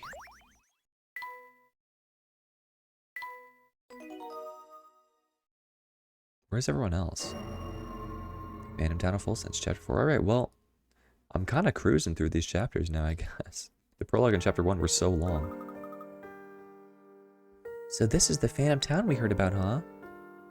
It's like something from a horror novel. Yes, it is. Please leave. I find the place unsettling too, but we mustn't let that keep us from our investigation. Who knows what kind of valuable information we might find here about the Elysian box. Yeah, I guess so. So are just none of the other characters going to show up anymore? Like Inspector Chelmy's gone. Katya's gone. Yeah. There's nobody in the town. Nobody was in the train car. I don't know what's going on. You have these long, tall buildings. Everything's lit up, which is even more terrifying. Like, when the entire city is lit up and there's no people, like, I don't know, man. The professor, Luke, and Flora decide to walk around the town. Oh, okay, here's this dude. I don't remember who this guy was. Oh, funny scene. Oh, funny running into you here. Hello, howdy, hi, and all that. Hey, you're... He's about to go off again. Another temper tantrum. The mailman. Yep, I've got mail to deliver here, but it's so dark that it always takes forever. No wonder the people always seem so on edge here. Well, that's all the more reason I need to bring a little sunshine into everyone's life with the mail. Wow, you deliver letters all the way out here? I sure do, and I've got a schedule to keep while doing it. So on that note, I'll be off. See you around. It would seem our friend the postman works a very, very wide area for mail delivery. Really? But how does he do 2 routes every single day? Unless he has some kind of jetpack, that's just impossible. You may think so, Luke, but a jetpack? What are you talking about? But our world is full of inexplicable phenomena. This is but one of many. I guess so, but it still seems pretty much impossible to me. That's true. Maybe he does have a jetpack in that big bag of his he carries around. Can we go back? Oh, okay. Professor, the train still stopped in the station, but there's not a soul in sight. And it seems we have no choice but to remain in town. All the more reason to proceed with our investigation of the area. I guess so. Okay, let's keep looking. Yeah, everything about this place is unsettling. The handrails here bespeak of level of polish. The bronze statue appears to be well cared for. I wonder if that's Sophia.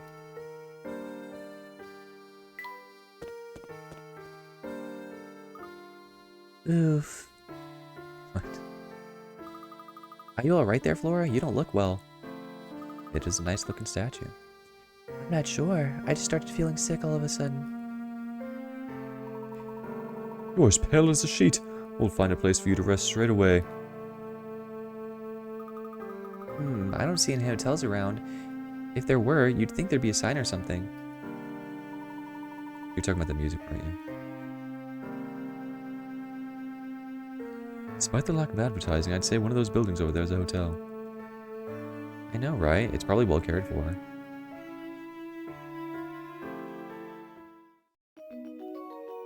The Professor, Luke, and Flora decided to get a hotel. I love these status updates every 2 seconds. Oh, okay. I guess I found the hotel? Oh no, I found a hidden puzzle. Oh, where's the hotel puzzle? Another logic puzzle, perhaps? In front of the town train station are 4 buildings standing in a row. One of these 4 is supposedly the local hotel, even though it lacks a sign. Even though, if you study the area carefully, you should be able to tell which of the buildings is the hotel. Can you figure out which of these 4 buildings is the hotel?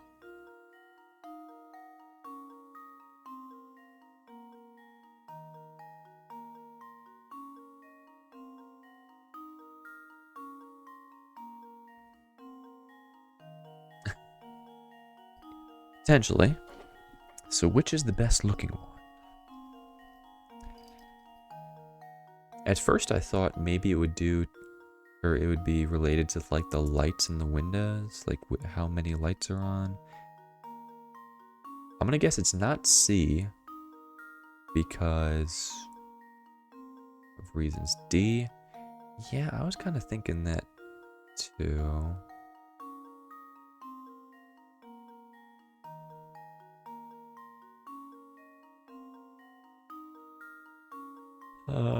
I don't know.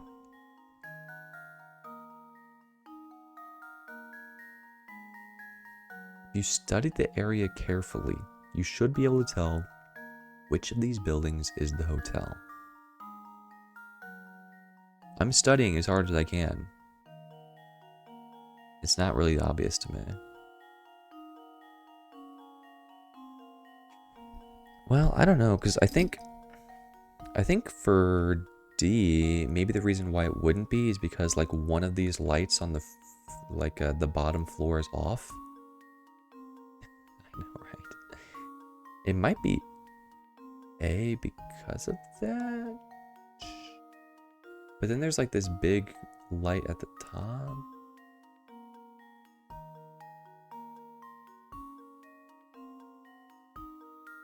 I'm just gonna go with my first instinct.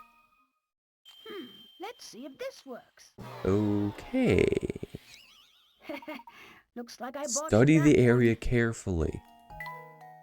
Screw you, man. I studied as hard as I could.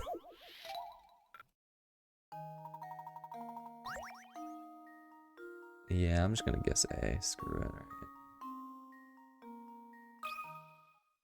Just leave it to me. Oops, that wasn't right. Imagine.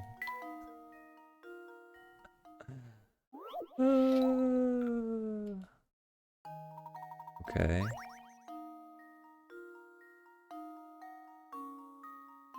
I'm gonna guess B, because it's got the light out front. Like this little lamp out in the front, so maybe Just leave it to that me. lamp is supposed to indicate... Well, I'm stumped. Well, I'm stumped. You got that right, Luke. Okay. C. Just leave it to me.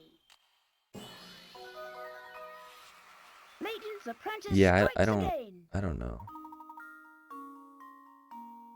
That's insane. It was the shadows on the building. That's right, the windows and door of building C spell out the word hotel. I mean, fair enough. Yeah, I imagine it's probably harder for you to see, but also, I could not see it either. Hey, at least we had an ingredient for tea from this nightmare town. How are you doing, Flora? Any better? A little bit. I think with a little rest, I'll be back to my old self. Do you think she's suffering the side effects from being kidnapped earlier? Laura, Luke and I are going back out to learn more about the town. Why don't you stay here for a while and rest up?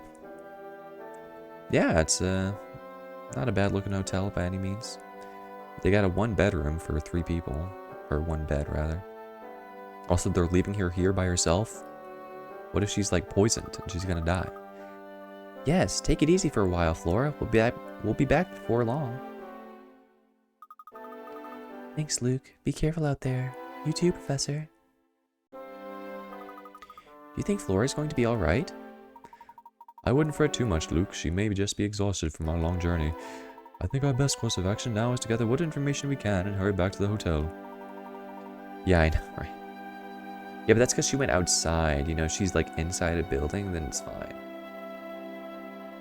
Don't go outside alone, you stupid idiot. After all, a gentleman never keeps a lady waiting. Flora has left the group for now. The top screen shows who's walking with you. She's gone. It does look a little sketchy. Like, where's the lobby? How did they even rent a room? Did they talk to anybody? The professor and Luke decide to explore the strange new town. Oh, here we go. Concierge. Oh my god. He looks like... I don't know, he looks like a monkey character. Kinda looks like Lupin. Good evening, sirs. I do hope the young lady traveling with you feels better soon. Thanks, man. Can we visit her?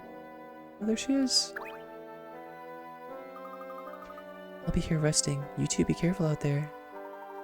We will, Flora. Do feel better soon. Oh. Puzzle? Roses are like living gems. And they smell so nice. While we're on the subject of flowers, Luke, why don't you give this puzzle a shot? True. Yeah, well, we're out there working. She's in here resting. Oh my god.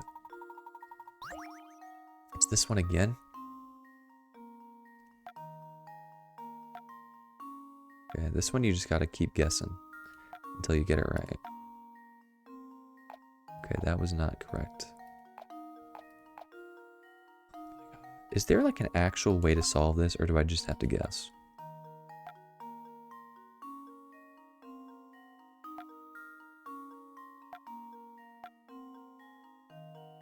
I think... Sweet. Here goes. I guessed and I got lucky. Layton's apprentice strikes again. With those roses in place, the whole room will be smelling great before you know it. Yeah, I don't know. There we are. That takes care of that puzzle. Nothing creates a feeling of tranquility in a room quite like a fresh bouquet. I'll say, those flowers in the Military Express's deluxe room sure made me feel relaxed. Ah, yes, the ones that the conductor placed in the rooms were nice. Of course. It's so obvious I can't imagine why I didn't think of it until now. What do you mean, Professor? Luke, think back on when that train car switched tracks. Can you remember anything? Honestly, I don't know if I've really ever smelled that many flowers. I think I smelled some flowers once at like my grandparents' house. It was fine. Well, honestly, I don't remember much. Everything's kind of foggy since I dozed off during all that. Of course you did. The sudden sleepiness we experienced was no coincidence. Furthermore, I don't believe it was mere chance that we awoke upon our arrival in full sense. No, I'd say our little nap was part of a larger plan. What plan would that be? It must be the roses. Were I to venture a guess, I'd say those roses Sammy planted around the train knocked us out. While everyone was asleep, they switched tracks. Wow, amazing observation, Layton. Precisely, my boy. And at that point, one car split off. I'd wager that only those riding in the deluxe rail car were taken away to full sense. Wow, amazing exposition from that one little puzzle. This is nowhere near as cushy as the one on the train. Can't even jump around on it or anything. That's a huge mirror, and not a single streak on it. Let's change that. Alright. Let's get out of here. Time to explore the town. Everything I've seen leads me to believe that Dr. Schrader visited Full Sense. The Elysian box and the facts we need to solve the mystery of his death are close by. I'm sure of it. Do you think whoever stole the Elysian box might be hiding here as well? It's still too early to tell. But I'll know more if we can figure out why Dr. Schrader ventured out here in the first place. Now, our best course of action is to search for anything connected to the Elysian box. Let's get to it then. Lead the way, Professor. I'm curious how many chapters are going to be in this game, because I think in the first one there were only 7, but there are still like 4 mysteries we haven't even found out about yet, and like, we still gotta, you know, find the Elysian box. It's just a weird atmosphere it's giving off. The stones in this road look like they were just laid down. Maybe they were. Alright, see what's over here. Mark my words, Samuel, it's here in town. I can guarantee that. You are to scour every inch of this place and bring it back to me once. At once, got it?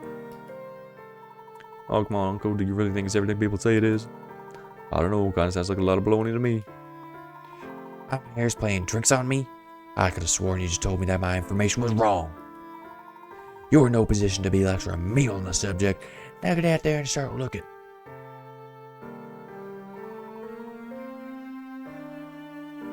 This guy? This guy's not sitting. He's just like 1 foot tall. Spitting. Oh my god. That's so true. I didn't even realize he was spitting. That's kind of gross. Or maybe it's lice or something. Okay, okay. No need to blow a gasket. I'm going. What do you think Mr. Beluga and the train conductor were talking about, Professor? It would appear that they too are out on the hunt for something. I mean, if I had to guess, I would say they're on the hunt for the Elysian box, probably. Oh, look over there, Professor. What on earth could that be? A book with a ram on it with giant horns. That's not ominous at all. Some variety of strange book. Perhaps someone dropped it while running about town. Yikes, get a load of this crazy cover. What's the symbol on it? Let's have a look. Yeah, and has 5 locks on. I don't even know what that's about. The symbol seems to be in the shape of a goat. Well, whatever it is, it gives me the willies. But I do wonder what's written inside. Hard to say with the book locked up tight as it is, isn't it? Still, the symbol is very intriguing. Say, Professor, maybe somebody in that antique shop over there can tell us something about it. Excellent idea, Luke. Let's begin our investigation there. The old diary option has been added to the trunk. Oh, I didn't realize we were going to get another thing added to the trunk. The Lucas search, a new mystery. Antique shops. I think I may have been to like a couple. I don't know. I'm not a huge shopping person. I don't really like buying a ton of stuff. But there's some cool things you can find there. But Lucas seems to be working Sammy like a dog, sending him all over town in a frantic search for some unknown item. It's unclear why Beluga would set up a secret train connected to Full Sense, but it's clear this item is very important to him. What could it be? Sure. Yeah, you know, sometimes you just like to do a little bit of window shopping. The professor and Luke decide to visit the local antique shop. Okay, where's the diary option? Oh, I forgot about the camera. Alright, can we make any progress here? I don't think this is supposed to go. Where's this thing supposed to go? Oh. Maybe here? Oh, okay. That makes sense to me. And then this thing goes there. And then this goes there. Ho ho ho. I don't know. I don't know what the camera's for, but it looks like we only need like one more piece. So I'm excited. We're getting there. Old diary. Oh my god, there's 12 entries. I met the most enchanting girl at the ball we held last night. These parties are usually a complete bore, but her presence changed all that. As the Duke's son, the unfortunate reality is that most people are either unnaturally polite or fawning toward me. But this girl was warm and real, and she treated me like anyone else. It was very refreshing indeed. I do hope to see her again. Yeah, and apparently it's an old diary with 12 entries on it. Alright, let's see if we can make this dude work out. Okay, if he's within 3 spaces of one, he'll go to the flowers. The hamster interested in the pushing his path and line of sight. Position them accordingly for maximum effectiveness. Oh, so he doesn't want to eat the block, it just is to make him not be able to see anything else. The hamster makes contact with this tiny light bulb. It flashes, causing your hamster friend to dash in the direction he's facing until he runs into something.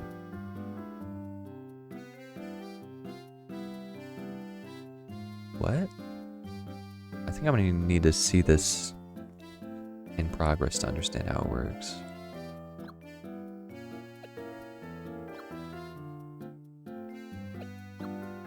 Maybe like go there and then like there.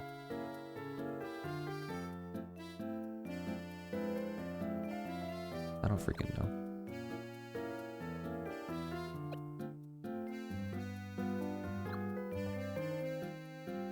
I'm confused. We're gonna try this and see what happens. Got any snacks around here? Don't hold out on me.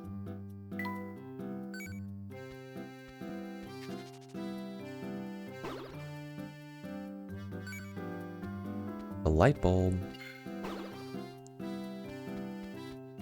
Bam! He ran into the block. He's running. He's going for a marathon. Let's go. Okay. And then the last 2 spaces. Sweet. 17. New record. I think I'm getting the hang of B this walked walking 17 thing. steps. His level went from 4 to 3. Cool. Oh my god, he's getting skinnier. Alright. The tea set. I don't care about tea. Journal. Oh my god, there's so many. We're not even like halfway done. Not even close. Okay. It's a goddamn long game. Let's get out of here.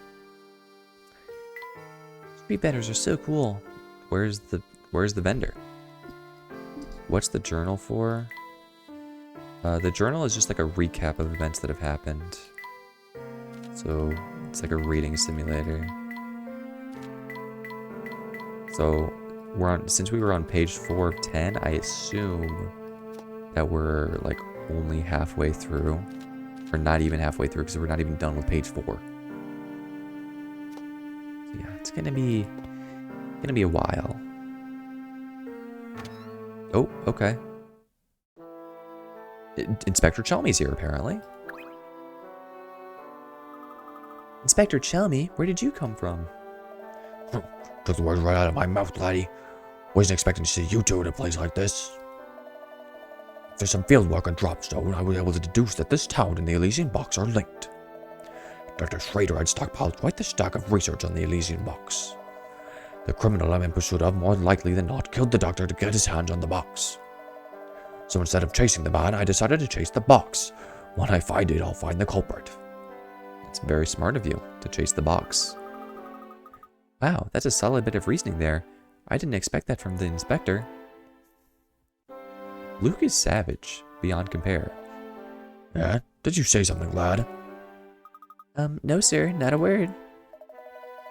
Because I've got no time for idle chit-chat. I've got a murderer to catch and cart back to London. Come along, Barton, we're leaving. I mean, yes sir. Nice. Very good use of time. I know, right? The only person he hasn't roasted is Layton. Probably because he'll get the smackdown. This is exactly the kind of chair in which to read a good book. No, I disagree. I would prefer a chair with like armrests or something, but that's just me. Ooh, a hint coin. Not that I really read, to be honest. That reminds me, I really should buy that manga set I was thinking of. The only thing I read is graphic novels because it's easy. I want to buy the Claymore box set so I can reread it. But I've been too lazy to order it on Amazon, which is not much work, but my laziness knows no bounds. I wonder if this mirror is valuable. Better be careful. I also have a book collection, and I've bought none of them. They've all been gifts. These lights match the shop's mood quite nicely. Alright, let's talk to this dude. Good day. Are you out shopping for anything particular? I apologize, but we're not here to shop today. However, I was wondering, have you ever heard of an antique called the Elysian box? Oh dear, here we go with that box again. You know you're the third party to ask about it today. I mean, you know, that's fair. Got all the time in the world, right? I'll get around to it eventually. Maybe. Yeah, I don't know. I mean, I don't know if I've talked about it before. Like, it's not that I mind reading in general. It's just that it's hard for me to focus, especially on long novels. Like, I'll read like wiki pages all day, and like just random things. But when I have to actually sit down to read a book, it's like so much.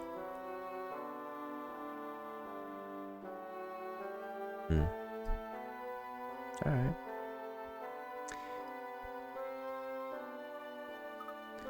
The third. Those two detectives you saw were just asking about it, and a half hour ago there was a young lady. Could it have been Katya? She seemed interested in knowing whether anyone had been searching for the box around town.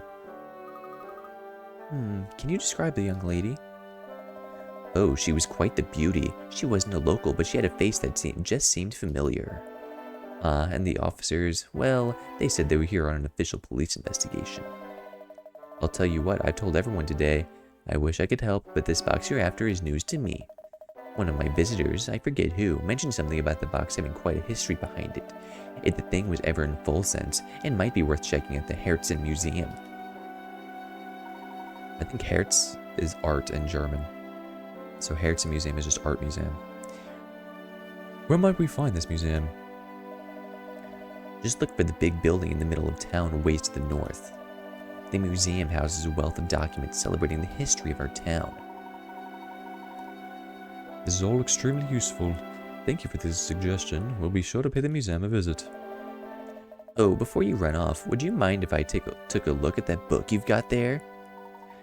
Feel free, my good man. It's not even ours. We picked it off the street. Yes. The construction is quite unusual for a book of its age. Lovely work and very rare, I'd say. Yeah, I would say the construction of a book that has locks on it is quite bizarre. I would agree. Would you happen to know anything about the symbol on the book's cover? Oh yeah, that symbol is the sign of devil worship. I was just about to comment on how familiar that symbol feels, though it has no significance I'm aware of. I must confess what drew my eye to the book were its locks. Old gadgets fascinate me. Yeah, just, pick it up off the ground. That actually reminds me, when I was younger, I accidentally, well, I didn't accidentally put on a bracelet, but I guess I accidentally stole it. Because, I put on a bracelet at, a store in the mall, but it didn't have, any tags on it or anything, and, I don't know, I didn't know what the concept of stealing was, so I just, walked out with it, and then my parents had to, take it back. It's Sorry about that. My child stole from you. It's hey, my bad. Its construction is very basic, so you might be able to turn the locks with any old key you stumble upon. As a matter of fact, here, why don't we see if this key does the trick? It's my way of saying thank you for showing me something interesting. Oh, many thanks, my good man. You got a diary key. Each key unlocks another old diary chapter. Gee, it's too bad we didn't find out more about that book in there. It certainly would have been nice, but we'll have to put the book aside for now. It's time to pay a visit to the Herzen Museum. Let's go for it. Yeah, we're gonna need a lot of keys. Alright, let's see. I had the great fortune of bumping into that girl from the ball again today. She's the daughter of some fancy lord or another, and it shows. Her intellect is matched only by the grace she displays. To be honest, I'm quite taken with her and have already started courting her. However, I fear father seems less than pleased with the idea. Okay. The courting has begun. Let's get out of here. Oh, there's Katya. I've heard all about you, Missy. I know you've been asking around town about that box. Oh, but I just... And before you say anything, I don't care who your dear old dad is. No one's above the law. Oh my god, he's trying to arrest her for the murder of the dude. In my eyes, anyone out chasing the Layton box moves to the top of my suspects list. Yeah, I mean, he's kind of like a stupid detective. No, you've got it all wrong. Sir, if you wouldn't mind. What is it, Barton? Can't you see I'm in the middle of something here? Yes, about that, sir. The criminal we seek killed a man to obtain the Elysian box, so the villain should have it already. If the young lady was our culprit, she'd have no need to ask around about the box, in my opinion, sir. Oh, is that so, Barton? Huh, I don't recall ever asking for your analysis of the situation. Terribly sorry, sir. Please forgive my momentary lapse in judgment. I'll just be going now. He's not a very good detective, I would guess. Barton, get back here this instant. I'll have your nightstick, I swear. Whew. Hey, that's the girl we saw back at the station in Dropstone. What was her name? Katie? No, that's not it. I believe you're thinking of Mr. Anderson's daughter, Katya. Yes, that's the one. Who'd have thought she'd be headed to the same place as us? I believe you're thinking of Mr. Anderson's daughter, Katya. Yes, that's the one. Who'd have thought she'd be headed to the same place as us? Hmm. Oh, and we don't even get to talk to her. Katie. Katya. What's the difference? I'm pretty sure I knew 3 different girls named Catherine or something, or Caitlin maybe. It might have been both in elementary school, and they were all spelled differently. So, you know, Katya, Katie, it might be pronounced the same, just spelled differently. You never know. Oh my god, this guy was from the first game. Now there's a couple of mugs I've seen before. 3 Chloe's, amazing. Yeah, I don't know. I mean, I've known a lot of people that have had the same exact name with the same spelling. It's just crazy how sometimes you can have like the same name and have it be spelled a bunch of different ways. I knew a few Tylers. Quite a few Tylers. Hey, I know you. And I know Fate, because that's what brought you, me, and that swell tea set of yours together. Now that we're all reunited, I say we celebrate with a cup of tea. Bring me something nice, will ya? You want us to make tea for you? That's right, whippersnapper, but nothing fancy. A couple of Bell Classic will do the trick. It's so easy to make, even a baby could do it. A baby with a magic tea set, that is. Anywho, all you need is some oasis leaf, a little brisk berry, and a sprinkle of bell tart seed. Oh, okay. Is this not it?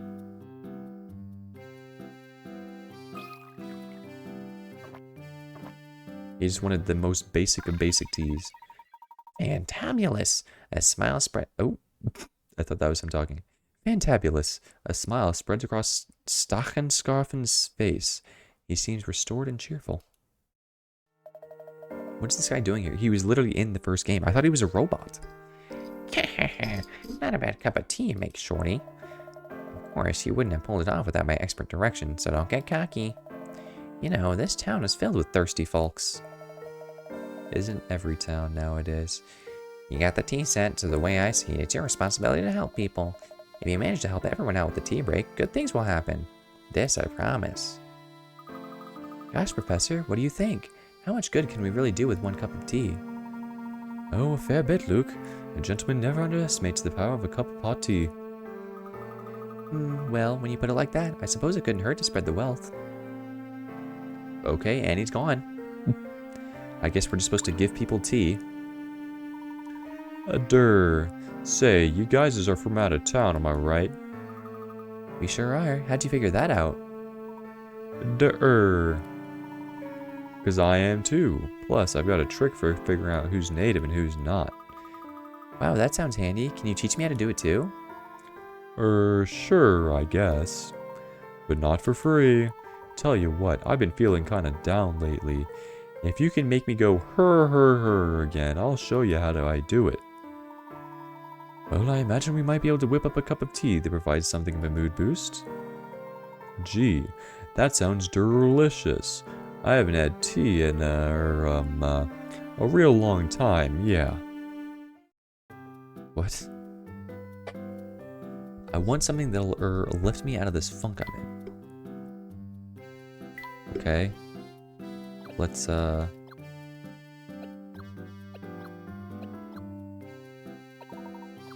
try and brew something.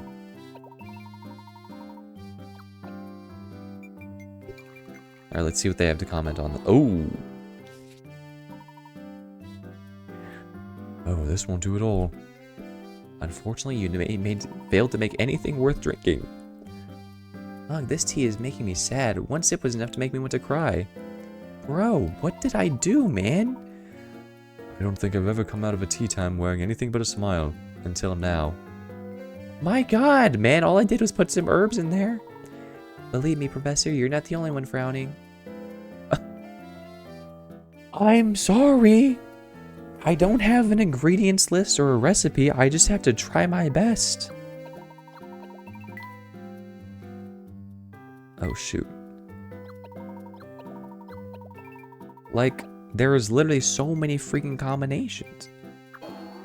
Oh. Professor, this doesn't look like tea at all. If I didn't know better, I'd swear we brewed mud here. It is rather viscous. How in the world did that happen? We must have brewed a few incompatible ingredients together. You're quite right there, Luke. Next time, let's try a different combination, shall we? These guys, man. If this one doesn't work, I'm done. Oh. Professor, this tea is peculiar. I admit, I can't seem to find a more appropriate word for this blend than peculiar. I know, right? What is that taste anyway? Old shoe? Alright, I get the picture, Luke. Let's rip up the recipe and never make it again. Oh my. I'm out of here. Say, weren't you going to make me some tea to perk me up? Well, unfortunately, I don't know how to make tea, okay? Give me a break. No, I didn't mean to do that. Help, help, help. Please, I do need help on the tea set, please. Please help me. Okay, alright. Where should we go? Yeah, it looks like there's like a circus over here on the left or something. Let's see what's over here. Quick, hide, Professor. I see Inspector Chelmy over there. No need for alarm, Luke. He's likely just gathering information about Dr. Schrader's case. It seems he's finally figured out that the key to solving it lies here in Folsen's. It's as if the inspector's almost got a handle on things for once. Oh my god. Who is this, Mr. Gorilla? So, let me confirm. This here is the man you've witnessed asking around about the Elysian box. No doubt about it now. Yep, the man in the photograph is the one. I'd remember that beard anywhere. Well, that seals the deal. Just as I suspected, it seems he did make his way to Folsen's. Come along now, Barton. We're moving on. Yeah, he doesn't seem like he's got much room up there. Oh, yes, sir. Right behind you, sir. Oh my god, is this another tea lover? Ugh. What seems to be ailing you? Every day I stand out here for hours and hours. All that standing really does a number on my knees. I should really start scheduling a mid-shift break or something. Being a doorman does sound like an exhausting job. Perhaps a cup of tea would help restore your spirits. I'd be happy to brew you some. Sure, but I gotta warn you, working at a 5-star restaurant has made me picky about what I drink. But if you can brew up something that tastes mild with a hint of spice, I'll be a happy camper. Well, unfortunately, I don't have those ingredients. So, I do have mild, but I don't have spice. So, sorry, buddy. A dash of sweetness. Okay, so he wants spicy, sweet, and mild. But I don't have the spicy ingredient, so I'll have to come back later. I don't blame you for giving up. After all, the tea I'm after is no simple brew to make.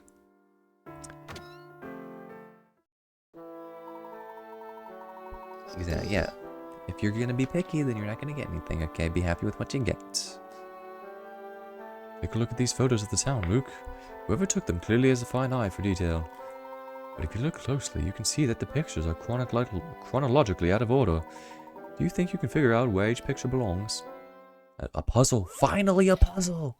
Let's go! It's been 10,000 years. What? 4 photographs decorate the wall of Joseph's photo studio. Each photo depicts the same area and was taken at the exact same time of day. However, each photo was taken at a different point in time. If you look carefully, you can figure out the order in which these pictures were taken. Enter your answer using the letters attached to each picture, starting with the earliest, like so. Okay, so A clearly has to be the latest, right? 'Cause it's got, like, the whatever. The hole in the side. And I think B is the second latest. Because it's got this building up here.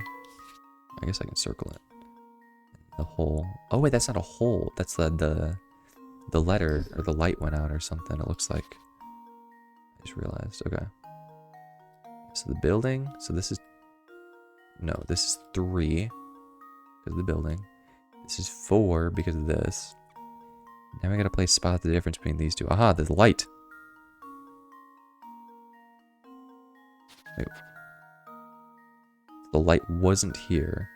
So this is, it's CDBA?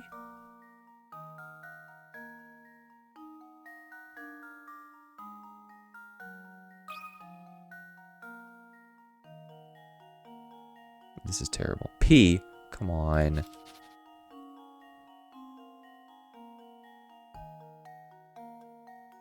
Are you for real? Okay. Alright, let's check it. Let's see if this works. Aha! Spot the difference puzzle. That was almost too easy. I mean, yeah, I guess so. It wasn't worth 35 pick rounds, in my opinion. Oh. What the heck? There were a ton of things that were different in the fourth one. Oh, and the third one also had a broken window. I only was looking at one detail, but I guess they had a couple details. Oh my god, the door was different color. Okay. I'm not even going to read the description. That was kind of embarrassing. There were a lot more differences than I noticed myself. There we are. These photos are any indication, Fulsense has quite a rich and lengthy history. Oh, neat. With enough of these pictures, I bet you could see exactly how the town developed.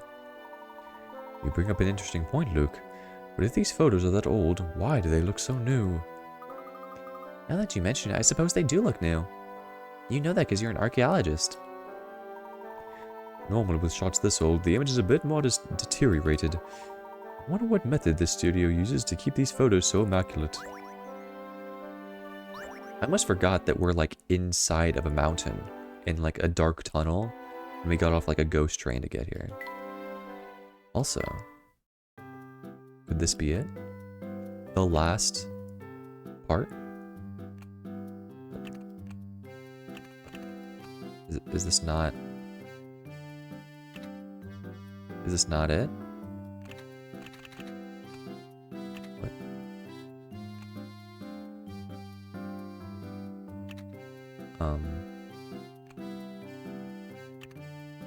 It does look right to me as well. I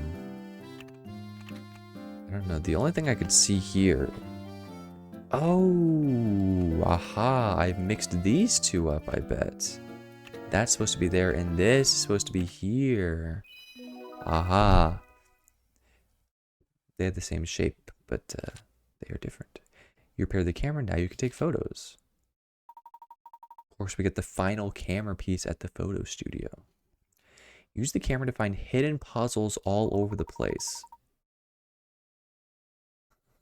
When walking in certain locations, a camera icon will appear on screen. When it does, tap the icon to snap a photo of the area. Photos you've taken can be viewed from the album in the professor's trunk. While viewing the album, tap any of your photos to play a photo hunt minigame. Your goal is to spot the differences between the touchscreen photo and the real place. The actual location is shown on the top screen. Tap any suspicious locations, place a circle on them, then tap here to submit your answer. If you answer correctly, the area selected will be marked with an icon. Each photo has 3 elements that are slightly different from those of the actual location. When you find out 3 in a single location, visit the area where you took the photo. If you try tapping on those places that were funny in the photo, who knows what you might find. Bro, please be real. That is too many extra steps to find a puzzle. Or hint coins. There are all sorts of photos of people portrayed here. This showcase is full of very old cameras. Let's talk to the dude. The camera dude. My, these photos look stunningly new for their age. How do you manage that? Sorry, sir, but that's, well, a bit of a trade secret. Nice conversation. I'm out of here.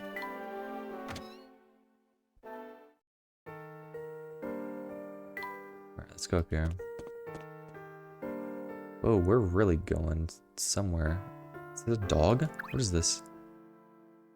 Oh my god. Is that dog wearing a diaper? Ruff, ruff, grrr. He doesn't appear to be in a very good mood, Luke. Let me see if I can find out what the problem is. Oh, he soiled his diaper. Hey there, fellow. Gruff, gruff, gruff.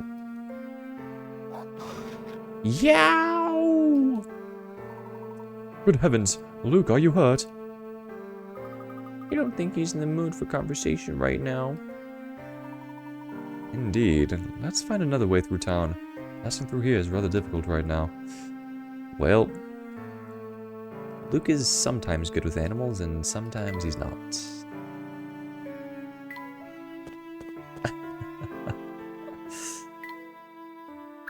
Go here. This must be the museum. Oh, I guess I completely skipped the leftmost path. But the gate's shut tight. I don't think they're open right now. I was hoping we'd find some useful information inside, but there's no sense in standing around waiting. For the time being, let's continue our investigation elsewhere. Professor and Luke decide to search the town for more information. Let's do it. See what's out here. Who is this? Nerisse. Greetings, strangers. Let me guess, you've come here seeking fame and fortune. Actually, we're searching for an item called the Elysian Box. Does that name sound familiar? Wow, now that's a fantastic name. Here's a puzzle for sharing that great name with me. You know, sometimes they make it smooth, they integrate the puzzles well. Sometimes it's literally just, you know what, I have a puzzle, here you go. Alright. A yellowed photograph shows the three couples. In the photo, no man is standing directly above his spouse. Of the three women, two are sisters and are sitting next to each other. The elder sister's husband is the man without a mustache. Everyone in the picture is wearing a hat, save the husband of the younger sister. The woman unrelated to the other two is sitting in front of the younger sister's husband. So can you find the man in this bunch who is married to neither sister? Okay. Two are sisters and they're sitting next to each other. So E is not... Okay. The elder sister's husband is the man without a mustache. Okay, so this is the elder sister's husband. E. And then...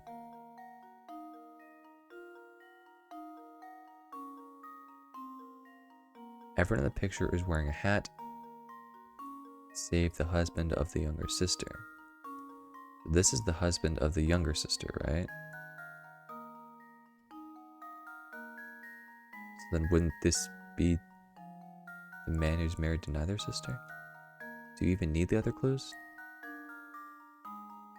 The woman unrelated to the other two is sitting in front of the younger sister's husband. So this is the unrelated woman.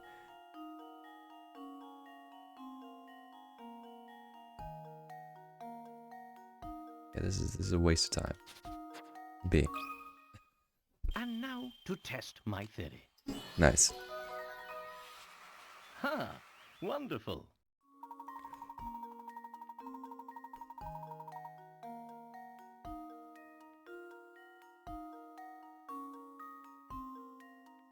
The elder sister's E, the little sister's D, and the last one F is married to B. Cool. Yeah, you didn't even need the last clue. Good job, and good luck finding that whatchamacallit. You know, the thingy with the great name. It was such a great name, you couldn't even be bothered to remember it. I bet when you open it, a genie pops out and, grants you a wish or something. Neato. Or, when you open it, you die, because that's the entire premise of the game. So, thanks for telling me to go die.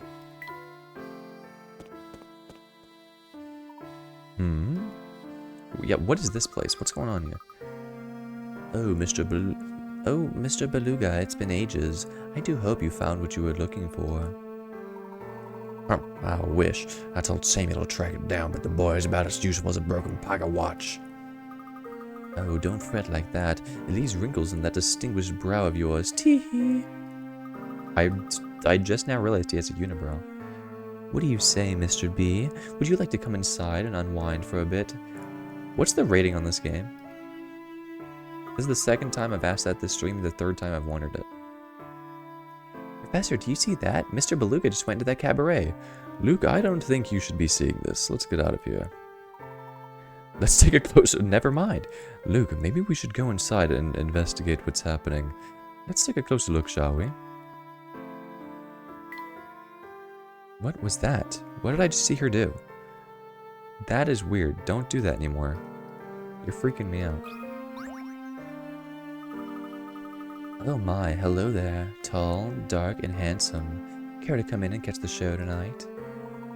I apologize, madam, but we're in the middle of... Aw, are you getting shy on me? I would really like to go inside, actually, Professor. Don't worry, hot stuff. I don't bite. Tee-hee-hee. Oh, and who's your little friend there? Aren't you a precious boy? I'm 10. Me? Sorry to change the subject, but I couldn't help but notice Mr. Beluga entering your cabaret. Oh, are you friends with Mr. B? Something like that, yes. Tell me, does Mr. Beluga visit here often? Mr. Beluga is certainly a patron of the arts, that's for sure. I can't say much more, though. Oh, but you are a handsome devil, mister. So charming, so dapper, and such a gentleman. Well, that is my profession. Show me you've got the brains to match those looks, and maybe I'll let a few facts slip. Oh, man. My life is riding on this puzzle. The jeweled necklace. What is this? I have this old necklace, but the thing is, it's not really my taste anymore, so I decided to sell it. But when I was getting it appraised the other day, I realized something weird. Each stone is worth a different amount, but if I break the necklace in 3 pieces, the 3 gem strands will be worth the same amount as one another. Can you believe it? Here, see if you can figure out where you gotta cut it to make that happen. Okay, first step is to add up all of the numbers to find what the total is. This might take a while. Okay, so this is 1,000, this is 2,000, this is 3,000, this is 4,000, this is 5,000, this is 5,500, 6,600, 7,800. Yeah, I mean, you know, back in the day, you could get away with some things in Japan and America, I guess. Okay, so 7,800 is the total. So we just need to find the split. What's 7,800 divided by 3? 2,600?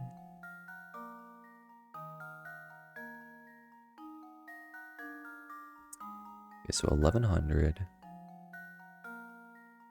Here we go.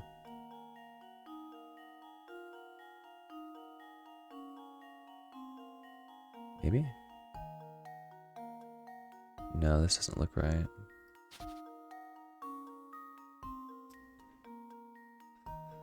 $2,600. So is this possible? Would it be 2,100? No, so it's got to be cut here then. So 13, 18, 2,600 here. 13, 17, here we go. Aha! I should actually draw that here.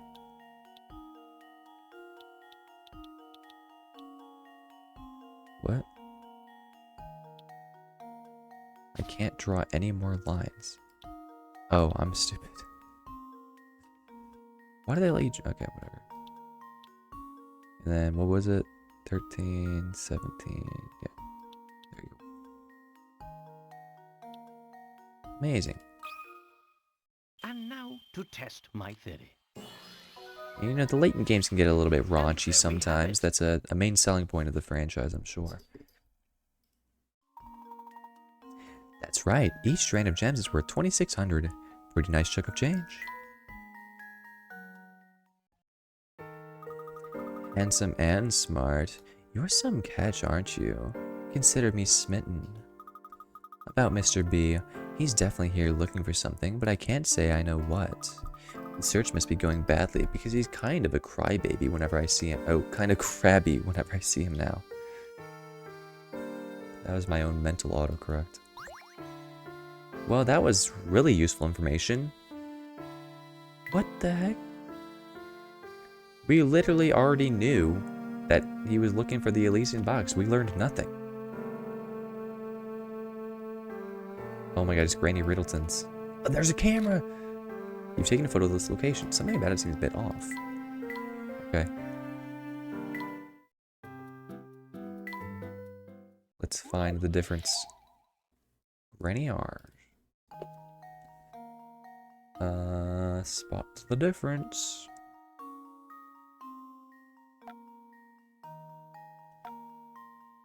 Yeah, there. And now to test my theory. Nice. A true gentleman leaves no puzzle unsolved. We found one. The first difference. Where's the second difference? Aha! Here. Consider this puzzle solved. I'm so good at spot the difference. Huh. Ever since I was Wonderful. 5, I've been a master. Actually, I was probably terrible when I was 5. And where's the last one? This one's kind of stumping me, actually.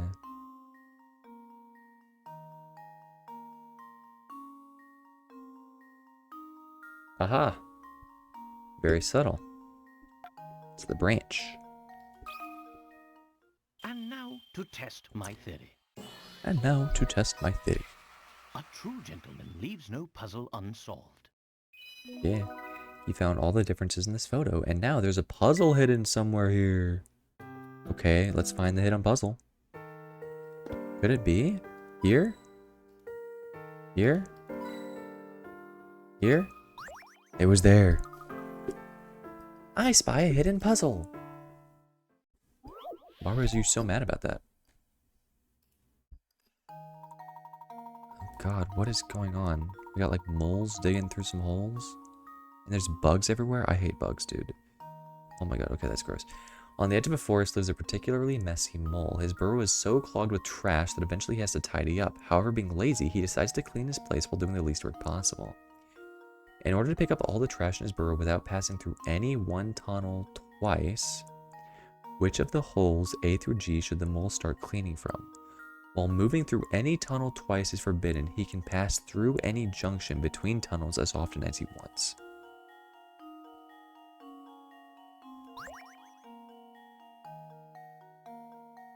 So you're telling me this is only possible from one starting location?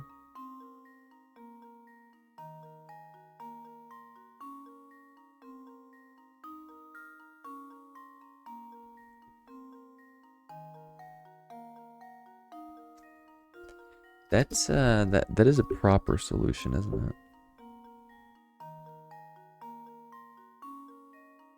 Dude, this seems so cringy. I don't want to do this.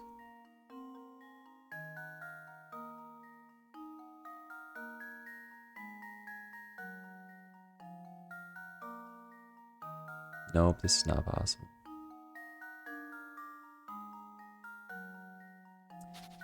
There's math behind this, okay? There's mathematics. I don't know what the mathematics are though.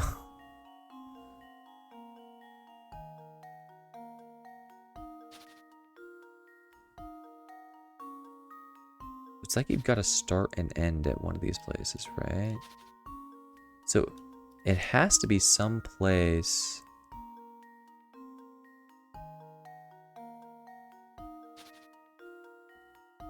Like,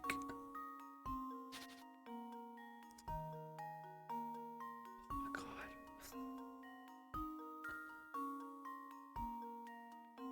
god. Okay, it's not A. There's no way that it's A.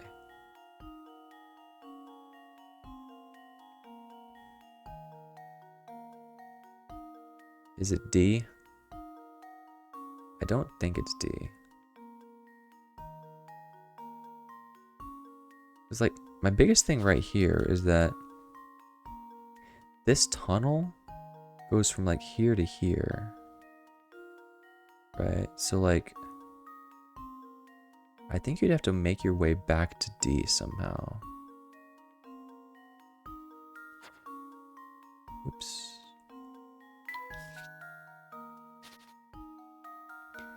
God dang, man, I'm going crazy. I don't know what's happening.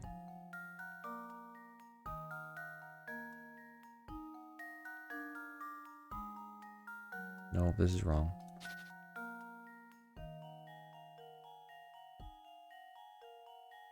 I'm also confused. I don't know what's going on.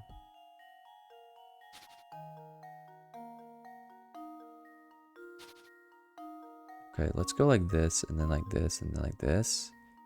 And then like this.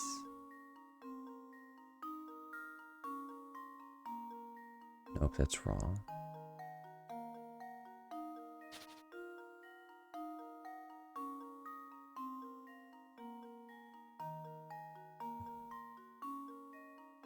No, this isn't right. Okay. I'm about to give up. Let's just use a hand. I don't want to be here forever. Oh my god, it's 2 hours and 30 minutes. Oh my god, I've been streaming for so long. Use the memo function to... You are annoying. Do you see the little T intersection just above the whole F? That's where the mole will end up when he's picked up the very last piece of trash. Find a course that lets him conclude his cleaning at that location.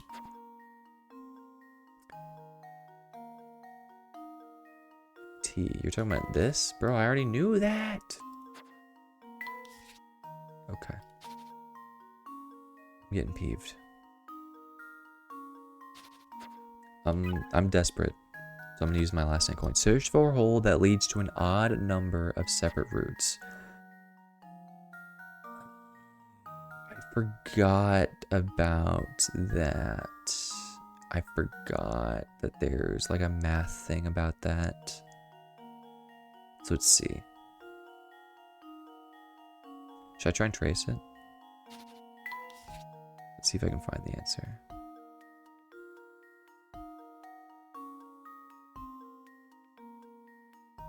Nice. Yeah, I forgot about the little trick. The graph theory thing, I think. And now to test my theory. I guess if it's like, if all of them are even, if all the points going out are even, then it's like not possible. I don't know. Listen, I'm not a mathematician, and I don't really care, so. Good job. Our friend the lazy mole should start his cleaning from hole C. Starting his cleanup effort from any other hole will cause him to run through at least one tunnel twice before the job is finished. This almost looks like the path that I drew. Almost. Woo, that was a lot of work. Yeah, it was. And now I'm done. God dang, I did not realize I was already this far. I'm putting some overtime, man. Well, we made some decent progress today, I would say. Does it say there's still something in the journal? That's annoying me. There's nothing in the journal. What? Okay, that's weird. Oh, because maybe we discovered this earlier than we were supposed to? Interesting. Okay. Alright. I know. Yeah, I mean, you got here, like, pretty much at the start of the stream, so... Hats off to ya. I had a nice long stream for ya. And now I am tired, so it's time for me to get the heck out of here. But thank you for watching. Hope you enjoyed. Hope you have a good rest of your day. I am going to go, I don't know, lay down probably. I'm kind of tired. I might watch some YouTube videos in bed. I am going to be back on Saturday. But I don't know what time I'm going to start streaming. I might start streaming later than I normally do. Or I might start streaming at the normal time. It's kind of up in the air right now. Just depends on how long I'm out, really. I usually go out and do stuff on the weekends. So we'll see. But either way, I will be back on that day. I'll be playing Professor Layton again. Because that's a good time. I'm having fun. We're learning some more mysteries. I am a little bit unsettled by the town that we're in, and also Layton in the cutscenes, and also we left Flora behind. She was barely a character to begin with. Now she's not even traveling with us. It's like she was shoehorned in at the last second. So I don't know what's going on, but yeah, it's fun. It's a fun time. I like solving puzzles. She really is, man. Like, she napped on the train for like 12 hours, and then she's like walking outside for 2 seconds. She's like, oh man, I need to rest again. Give me a hotel now. I don't know, man. She can't even walk properly. Whatever. I'm sure she'll mature over time as the series progresses, right? I think she actually has her own game. Like, I think she stars in one of the games. So, I don't know. I assume she'll be a character to stay. Until then, we'll just have to wait and see. There's 7 Layton games, which is a lot. I do plan to play all of them eventually. Anyways, I've rambled on for long enough. Thank you again for watching. And I'm out of here. Peace out. Yeah, it's 7 games. It's a lot. And they're making another one too, an 8th one. Just never ending. Never ending puzzle journey. And there's a spin-off. So there's like 9. It's good. It's great. A lot of content, of course. Just more and more to play. Never run out of gaming content. Okay. Bye-bye. Bye.